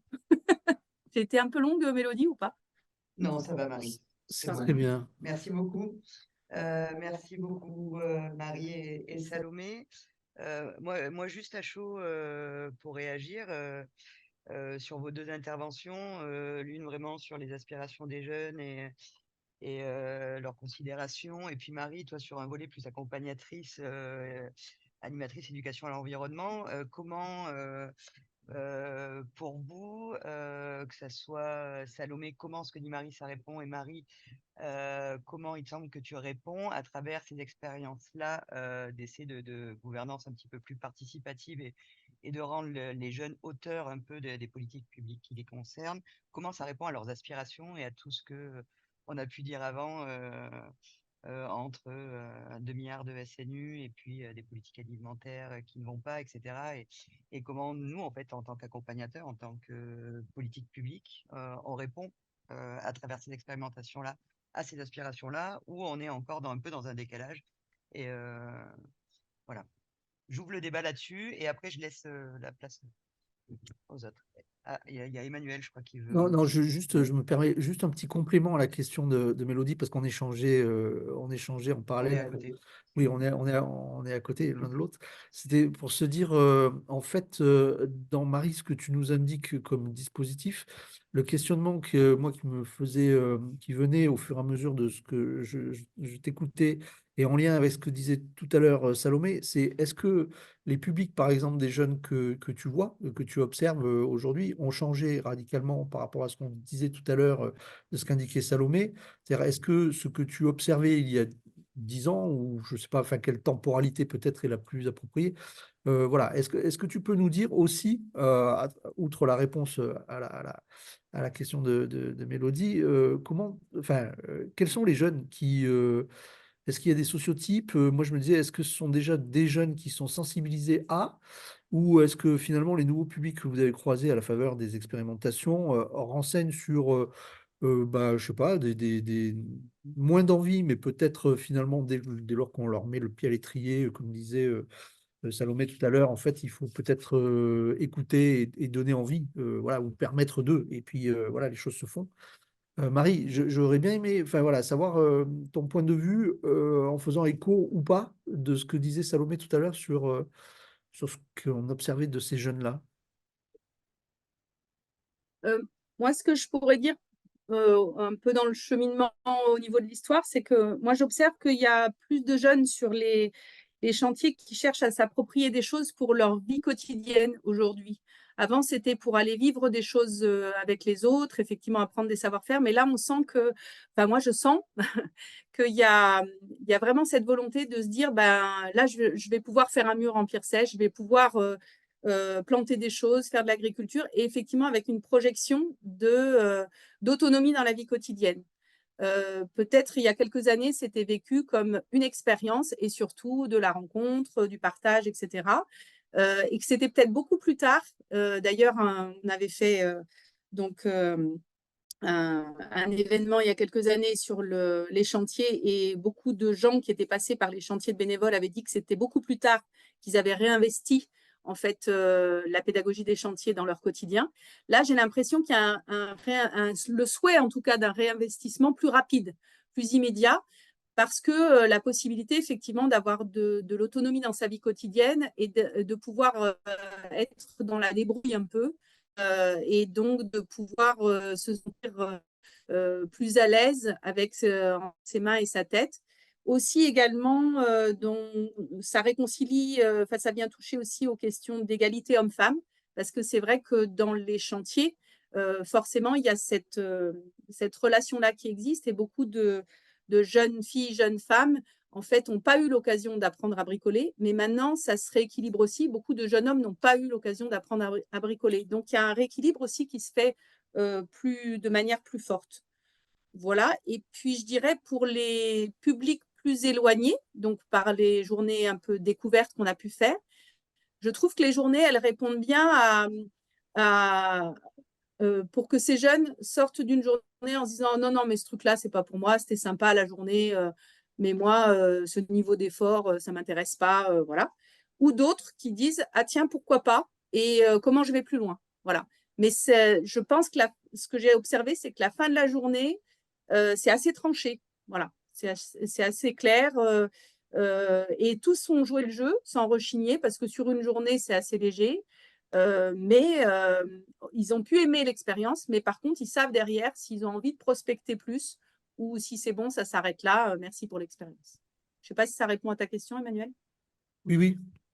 Ben, Euh, me oui, permettre. Salomé, Ah, pardon. oui. vas-y, Salomé, je t'en prie. Non, je voulais juste rebondir pour dire Oui. vraiment bravo pour cette initiative parce que ça fait plaisir d'entendre ça. Je parlais de politique de la jeunesse adaptée. Là, c'est adapté en fait, de ce que j'entends en tout cas, où vraiment c'est exactement de ce type de projet, je pense, dont on a besoin. C'est vraiment ce que, bah, d'ailleurs, la preuve, hein, c'est que ça a l'air quand même de fonctionner. Et l'idée, là, toute cette histoire de gouvernance, d'intégrer les jeunes dans la gouvernance, je ne sais pas exactement quels sont les résultats, mais généralement de ce dont ce que j'ai pu étudier, quand les jeunes sont impliqués, ils s'impliquent. Quand on leur donne la possibilité de décider, ils ont envie de décider, d'exprimer leur voix. Et effectivement, ça pose cette question de la place qu'on leur donne. Et j'ai trouvé ça hyper intéressant à un moment d'avoir mentionné le fait de leur laisser la place. C'est pas d'imaginer que eux ils vont prendre la place comme ça, parce qu'en fait, beaucoup ne le feront pas. Mais par contre, quand on leur laisse la possibilité de prendre des décisions politiques, je pense que beaucoup sont prêts vraiment à s'investir. Et sur la question des chantiers, ça pose aussi je ne l'ai pas évoqué tout à l'heure, mais j'aurais pu, cette question d'occupation aussi et de préoccupation, parce que la première préoccupation des jeunes, et c'est vraiment extrêmement frappant dans les questionnaires, c'est qu'est-ce que je vais faire de ma vie? Si vous demandez aux jeunes, c'est quoi votre première préoccupation politique là, le truc qui vous préoccupe dans la vie, et puis en plus, ça dépend même pas forcément de l'âge, hein, c'est le questionnement qu'ils ont à 16 ans, 18 ans, 20 ans, 25 ans, c'est qu'est-ce que je vais faire de ma vie? Dans quoi je vais m'épanouir? Quel va être mon métier? Et contrairement, encore une fois, aux idées reçues, les jeunes ne sont pas la plupart du temps heureux de jouer à la PlayStation dans leur chambre toute la journée, pas Mmh. du tout. Et en France, il y a ce qu'on appelle les NEET, N-E-E-T, Not in Education, Employment or Training, ça nous vient du Royaume-Uni, ce concept sociologique. Ce sont des jeunes qui ne rentrent dans aucune case. Ils ne sont pas dans une formation, ils ne sont pas dans un apprentissage de quoi que ce soit, ils ne travaillent pas, ils sont au chômage, et ils rentrent dans aucune case. Et ces jeunes-là, ils sont 1 million en France. Et c'est que les moins de 25 ans. Donc, c'est ça veut dire qu'il y a 1 million de jeunes qui sont désœuvrés, qui ne savent pas quoi faire de leur vie. Et encore une fois, contrairement à ce qu'on pourrait penser, vraiment l'extrême majorité du temps, c'est pas un choix. Et quand on leur donne via les chantiers justement la possibilité d'essayer quelque chose, où on leur fait confiance, où on les laisse se tromper, où on les laisse enfin découvrir quelque chose, et ça a été mentionné, bah, ça leur plaît pas toujours, ils n'ont pas forcément envie de faire ça, mais au moins ça leur donne la possibilité de se réaliser dans quelque chose, de trouver ce qui est leur truc. Et je pense que c'est ça aujourd'hui. C'est vraiment une des premières préoccupations, c'est que on leur dit globalement, bon, soit il faut aller jusqu'au bac ou pas, mais déjà en seconde, on leur dit il faut que tu choisisses bac pro, pas bac pro, CAP, donc il faut que tu choisisses une voie, ce qui est déjà extrêmement difficile à 14-15 ans. Et ensuite, pour ceux qui vont jusqu'au bac, eh bien, c'est bah vas-y, choisis ta voie, la post-bac, alors qu'ils n'ont pas essayé des choses, qu'ils n'ont pas fait de stage, qu'ils savent pas pour beaucoup d'entre eux. Et on leur dit, bah maintenant, tu choisis ta voie professionnelle, et puis ce sera celle que tu es censé garder toute ta vie. Et ça, c'est terrifiant. Pour une grande partie des jeunes, il y en a plein qui se trompent, il y en a plein qui sont tout simplement pas acceptés dans les filières qu'ils veulent, et ils se retrouvent justement dans les fameux NEET à un moment, parce qu'ils vont décrocher, parce qu'ils vont finalement quitter leur travail, parce qu'ils peuvent pas. Et donc, en fait, ce qui leur manque, c'est aussi des espaces où ils peuvent essayer, où ils peuvent se dire, mais c'est quoi mon truc? Est-ce que c'est quelque chose voilà, de manuel? Mais il y a cette volonté, encore une fois, de se sentir utile, contrairement, encore une fois, aux idées reçues. Et je trouve que c'est vraiment extraordinaire, ce type de projet, parce que si on peut permettre à des jeunes d'essayer des choses et de pas leur tomber dessus si en fait ça leur plaît pas ou si en fait ils veulent faire pas ça, ils ne veulent pas faire ça, pardon. Je pense que c'est vraiment là que se trouvent les solutions en termes de politique publique et qu'on puisse laisser des jeunes expérimenter des choses. Et c'était génial parce que tu disais, il y a un temps d'observation et un temps d'expérimentation, un temps d'expérience. Et c'est ça c'est ce qui fait défaut en fait dans tellement de filières. J'allais dire, alors les filières là, on pourrait dire très professionnelles, mais il y a aussi les filières de l'enseignement supérieur qui sont très floues en fait. On leur dit allez, vas-y, fais ça, et en fait, ils savent pas où ils vont. Donc je trouve que c'est vraiment réjouissant d'entendre ce type de projet et de se dire qu'il y a quand même des personnes qui travaillent sur le terrain avec les jeunes et qui leur proposent des projets novateurs. Et puis encore une fois, cette idée, je reviendrai juste, c'était sur le programme Leader, ça s'appelle, le deuxième de travailler main dans la main et de pas se dire c'est les plus âgés qui enseignent aux jeunes, c'est les deux ensemble. Et surtout sur les questions climatiques et les questions d'écologie, je pense que c'est fondamental parce que personne globalement ne sait complètement quoi faire. Je n'en ai aucune idée, moi, de ce qu'il faut faire concrètement. Même les scientifiques du GIEC ne savent pas ce qu'il faut faire très concrètement en termes de politique publique. Ils savent les axes, ils savent les quotas dans lesquels on doit rentrer, ils savent à peu près les transformations, mais sur le terrain, personne n'a un plan de route parfait, sinon on l'aurait déjà mis en œuvre. Et donc, il est nécessaire d'expérimenter, il est nécessaire de prendre des décisions démocratiques, et on ne peut pas le faire sans les jeunes. Et je trouve ça vraiment super d'aller les chercher et de leur dire, bah voilà, venez, on va vous faire participer, on va vous écouter, votre parole a de la valeur, et de créer ces espaces où ils vont avoir de la considération et où ça, je pense, ça peut challenger un petit peu aussi les plus âgés et les plus jeunes. Parce qu'au final, il y a aussi une partie d'entre eux qui est tellement pas écoutée depuis longtemps, ils sont tellement dans ce truc-là que parfois ils dialoguent même plus aussi avec les plus âgés. Et ça peut pour eux aussi être très. Je précise ce sera la fin de mon propos, que moi, à aucun moment, je prône d'écouter les jeunes et de laisser les jeunes diriger le pays, hein, surtout pas. C'est vraiment d'avoir ce dialogue intergénérationnel qui va dans les deux sens. C'est aussi aux jeunes d'apprendre de l'expérience des plus âgés et aux plus âgés d'apprendre des plus jeunes qui ont donc à apporter. Donc vraiment, bravo pour tout ça, parce que c'était réjouissant d'entendre d'entendre que ce type de projet existe et ça donne de l'espoir. Merci beaucoup. On va peut-être laisser la parole aux participants. Est-ce qu'il y a des questions, des interrogations, des demandes de compléments ou est-ce que ça évoque, ça fait écho à certains d'entre vous? Il n'y a pas de mauvaises questions. Tout est, oui, entendable, je sais pas comment on dit. Oui, c'est bien, tout est entendable. Et moi, j'aimerais juste, le temps peut-être que les gens se posent la question, peut-être que ça va lancer un débat dans les commentaires. Une question qu'on me pose souvent, c'est est-ce que c'était mieux avant d'être jeune? Est-ce que finalement, vous auriez préféré vivre dans les années 60-70? J'ai beaucoup parlé de ce qui s'était détérioré en termes de conditions économiques, tout ce que je pouvais mesurer de manière très objective, parce que c'est ça que j'ai pris. Donc oui, ça s'est globalement détérioré sur beaucoup de points, mais il y a quand même eu des avancées sociales qu'il faut souligner. C'est pas tout blanc, tout noir, c'était pas incroyable avant et horrible aujourd'hui. Il y a par exemple eu des avancées gigantesques en termes de droits des femmes. Moi, rien que pour ça, je préfère vivre en 2024. En tant que femme, je suis très heureuse d'être jeune femme en 2024 et pas d'être jeune femme en 1960, parce que c'était clairement pas la même histoire. Donc il y a eu des avancées, il y a eu des droits qui ont été gagnés et des droits dans les faits en fait, parce qu'on pouvait aussi les avoir en théorie, mais on les avait beaucoup moins dans les faits. Il y a aussi eu des avancées en termes de protection au travail. Alors ça régresse depuis 10 ans, mais globalement, quand je parle de, oui, il y avait plus d'emplois, mais il y avait aussi des emplois exposés à l'amiante, exposés à des choses qui ont été réglementées depuis. Donc voilà, c'est pour dire que tout n'est pas complètement binaire. Heureusement, il y a eu certaines avancées. Après, ça fait bien 10 ans que ça avance quand même difficilement sur beaucoup de thématiques. Donc je pense que c'est des évolutions de société qu'il faut corriger, mais qu'il y a quand même eu des bonnes choses qui ont été faites par cette fameuse génération des boomers qu'on a tendance un peu à fustiger parfois, encore une fois, purement économiquement parlant. Il n'y a pas de questions, il y a 18 participants. Bon,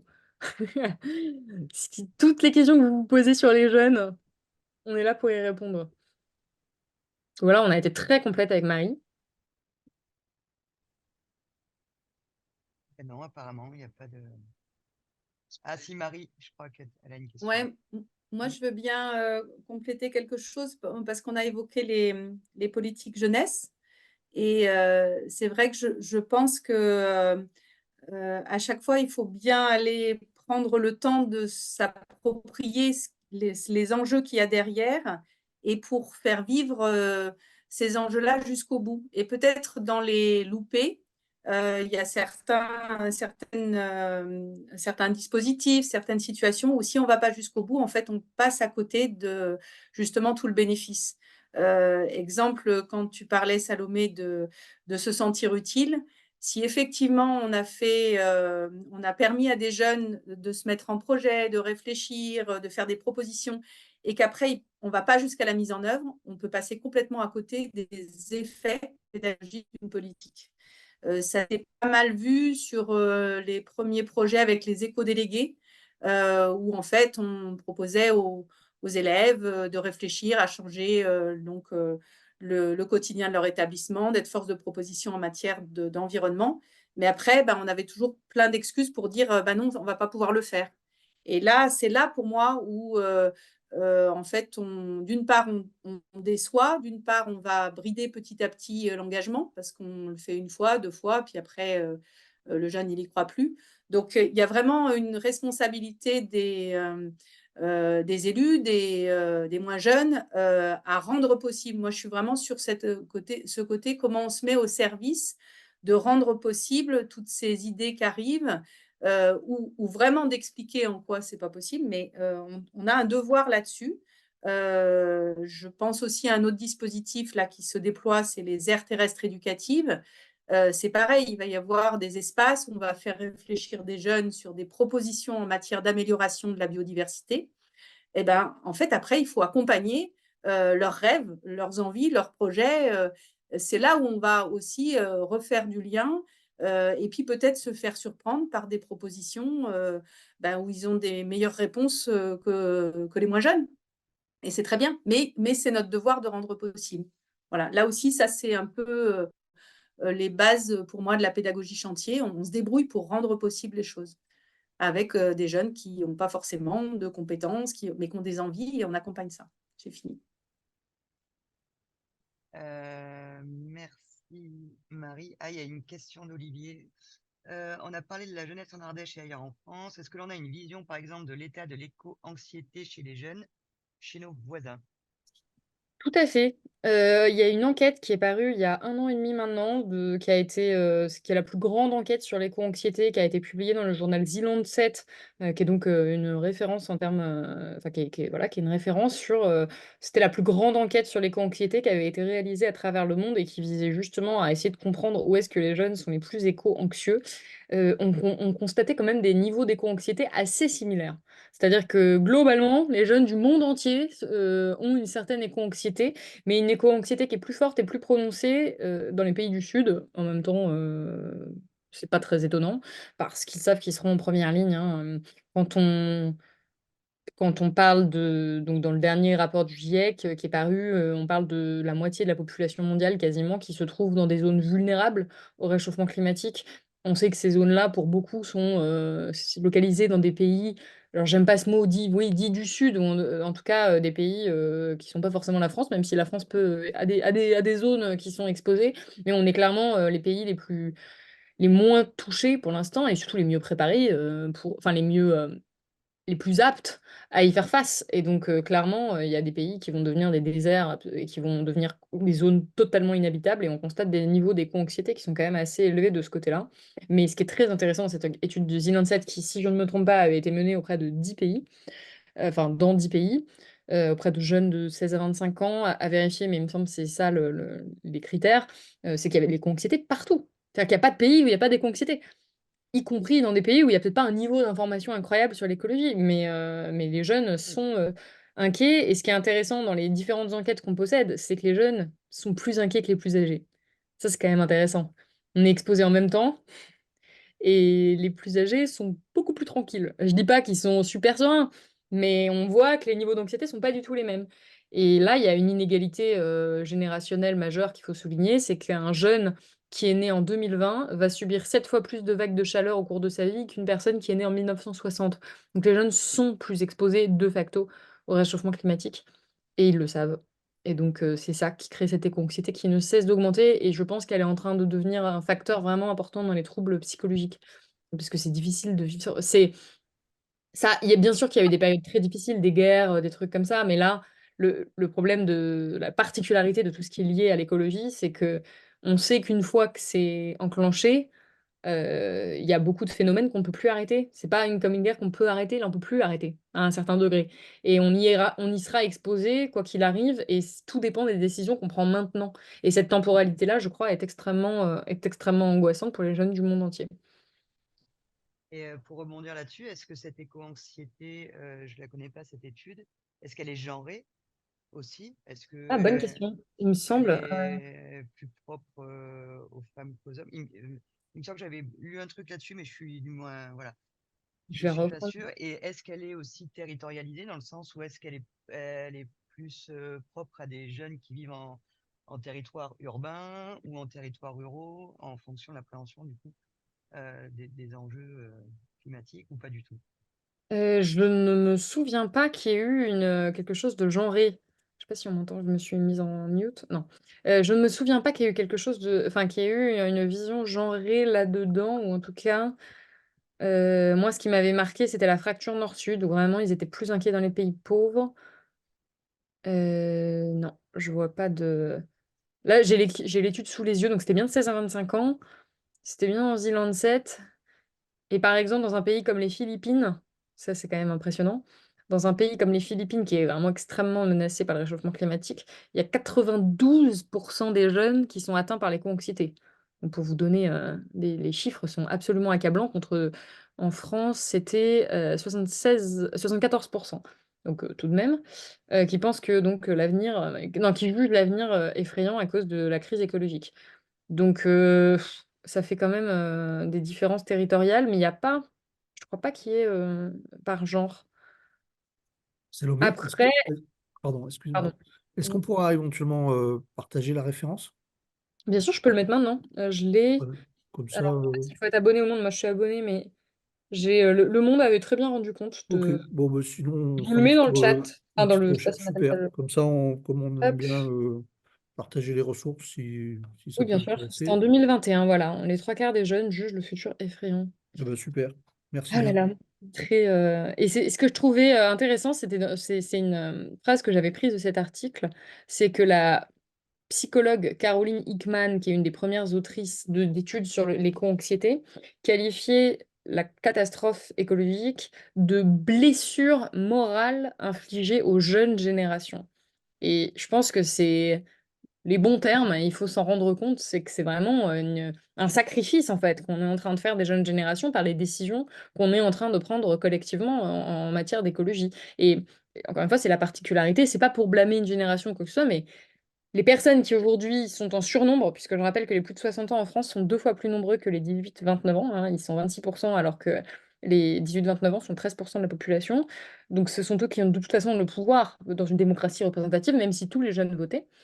Ces personnes plus âgées votent globalement pour des partis conservateurs, qui tendent à conserver le système économique et productif tel qu'il existe.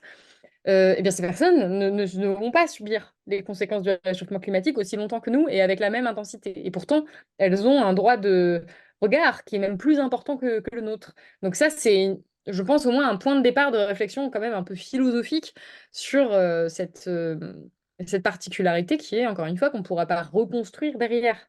Une fois que c'est enclenché, c'est enclenché. Il y a plein de choses sur lesquelles on ne peut pas revenir. Ça ne veut pas dire que tout est foutu, puisqu'encore aujourd'hui, on peut faire beaucoup de changements. Mais c'est, pour ça que je pense la psychologue Caroline Hickman qualifiait ça de blessure morale infligée aux jeunes générations dans cet article du Monde que je viens de vous partager. Voilà. Merci beaucoup. Est-ce qu'il y a d'autres retours, questions, questionnements, échos?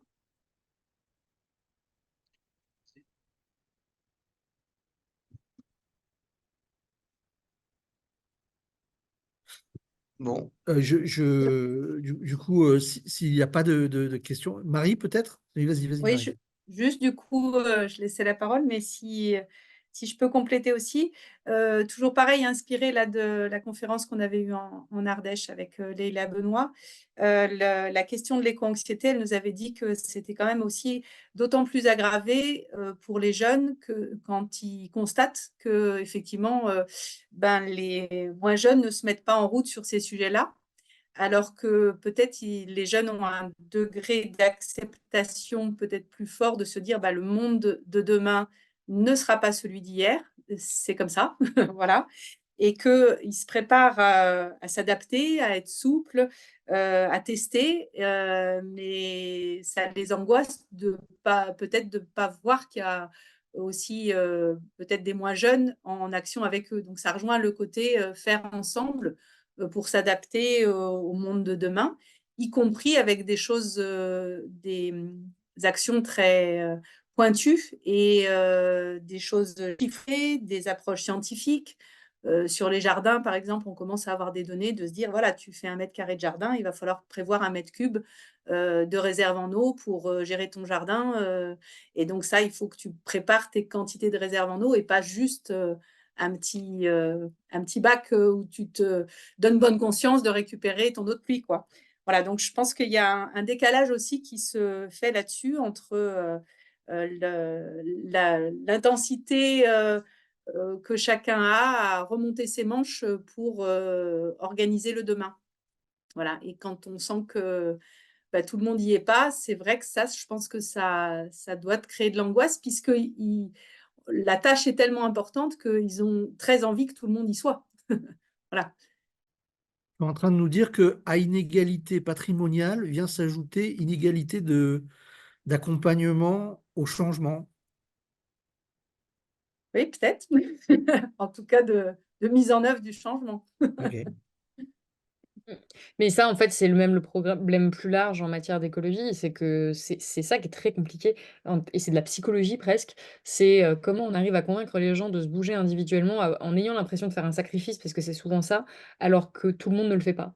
Et que c'est pour ça que cette question aussi des inégalités sociales, au-delà de l'inégalité générationnelle, elle est si importante et elle est marquée dans le rapport du GIEC, hein, faut le rappeler, donc qui est quand même un rapport scientifique qui met la justice sociale au cœur du rapport, en gros, en titre, en disant que c'est pas possible d'œuvrer pour une transition écologique ou en tout cas une bifurcation écologique, si on n'a pas une forme de justice, d'équité dans la manière de s'impliquer pour faire face au réchauffement climatique et à la crise écologique de manière plus générale, parce que on n'a pas envie de bouger si on voit qu'il y a encore des milliardaires qui prennent un jet privé, alors qu'en soi, les émissions de jet privé, c'est pas ça qui va nous sauver. C'est pas parce qu'on va simplement s'attaquer au jet privé que ça y est, ça va être bon, pas du tout. Mais c'est une question de symbole, c'est une question de représentation et de motivation aussi à s'impliquer. Et c'est la même question générationnelle. C'est qu'il y a beaucoup de jeunes qui me disaient, mais pourquoi moi? Je vais me sacrifier, je vais pas prendre l'avion, je vais changer de carrière, tout ça. Alors qu'il y en a qui continuent tranquille leur mode de vie sous mes yeux en plus, parce que c'est des personnes que je peux côtoyer. Pourquoi je vais aller me sacrifier? Et c'est ça, je pense, vraiment, une des clés de la transition écologique, c'est comment on arrive à avoir un mouvement collectif. Et il y a des résistances, particulièrement du côté des générations, d'une partie, j'insiste, pas tous, mais une partie des générations les plus anciennes. Et c'est pour ça que c'est vraiment important d'avoir une cohésion. Et je pense à un moment, des politiques publiques. Et à un moment, il faut encadrer. Il y aura toujours des gens qui vont pas vouloir respecter ça. Toujours des personnes qui ne le feront pas de bonne volonté. Donc, si la règle est la même pour tout le monde, ça rend le truc quand même beaucoup, beaucoup plus simple. Après, peut-être la résistance au changement est proportionnelle à comment nos habitudes sont ancrées en nous et qu'ils ont la chance de peut-être avoir moins ancré d'habitude quand ils ont 18 ou 20 ans. C'est ça qui peut-être leur donne la souplesse, l'adaptabilité.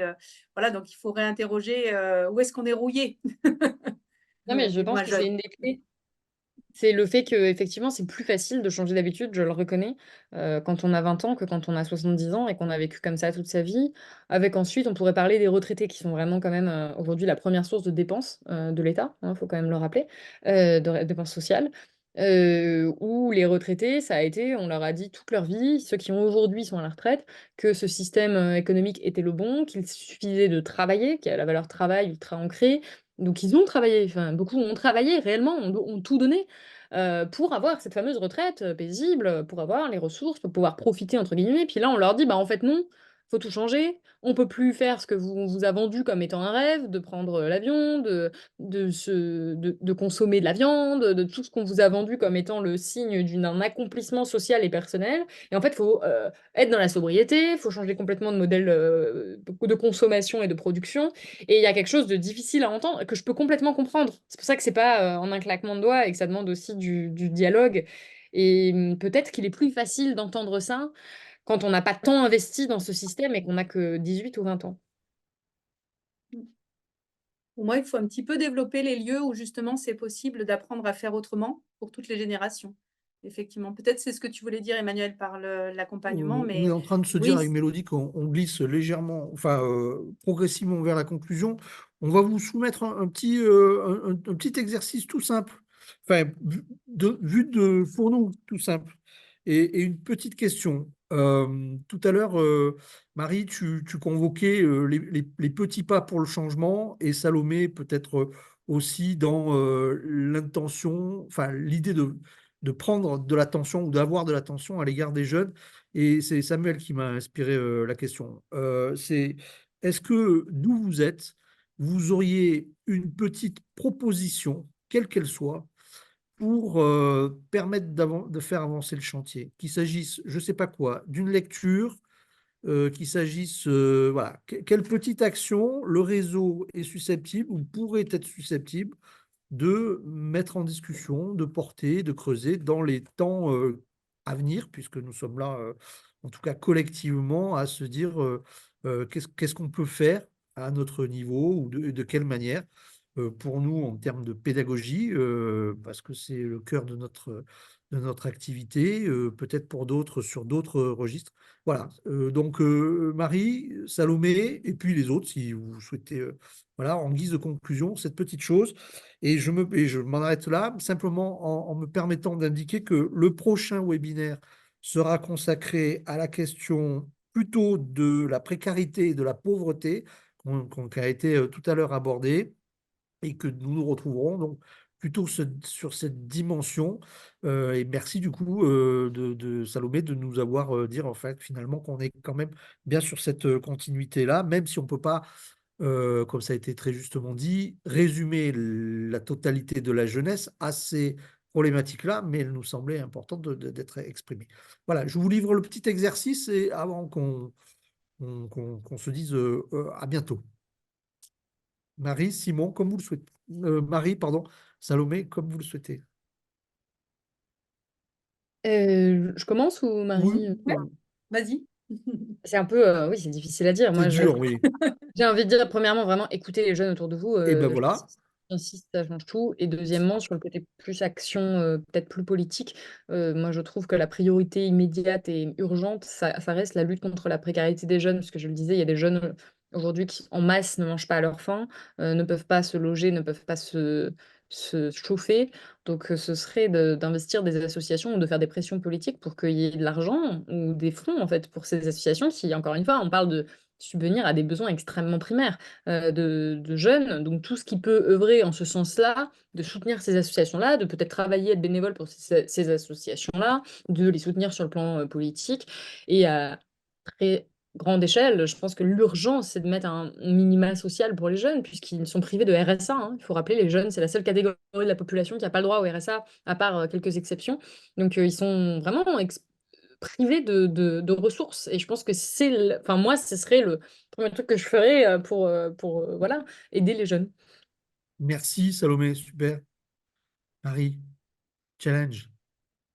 Ouais. C'est la sélection qu'il faut faire dans les idées. Moi, je dirais que au niveau du réseau, là, c'est d'investir de manière un peu intense les temps et les lieux où on peut apprendre à faire autrement ensemble.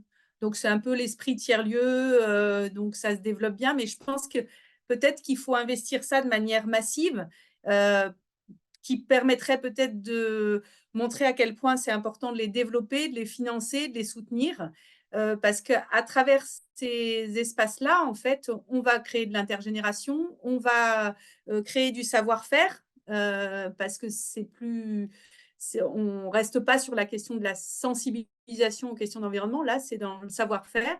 Et de faire dans l'intergénérationnel, peut-être il peut émerger quelque chose un peu de plus important sur un territoire. Donc voilà, les investir massivement, les soutenir, les expérimenter sur tous les domaines, faire ses produits d'entretien, faire sa cuisine, son jardin en hiver, enfin voilà, apprendre tout ça.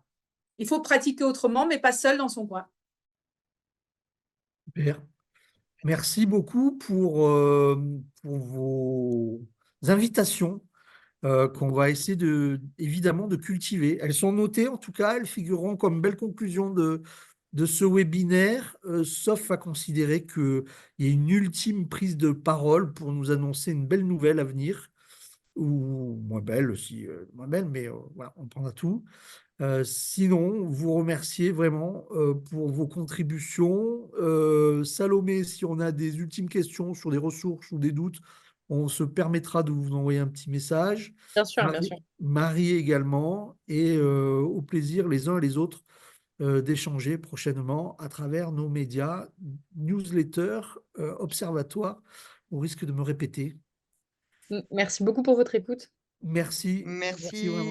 Merci Merci Merci. beaucoup. beaucoup. Bonne Bonne journée. journée. Plaisir. À bientôt. À bientôt. Au revoir. Au revoir. Au revoir.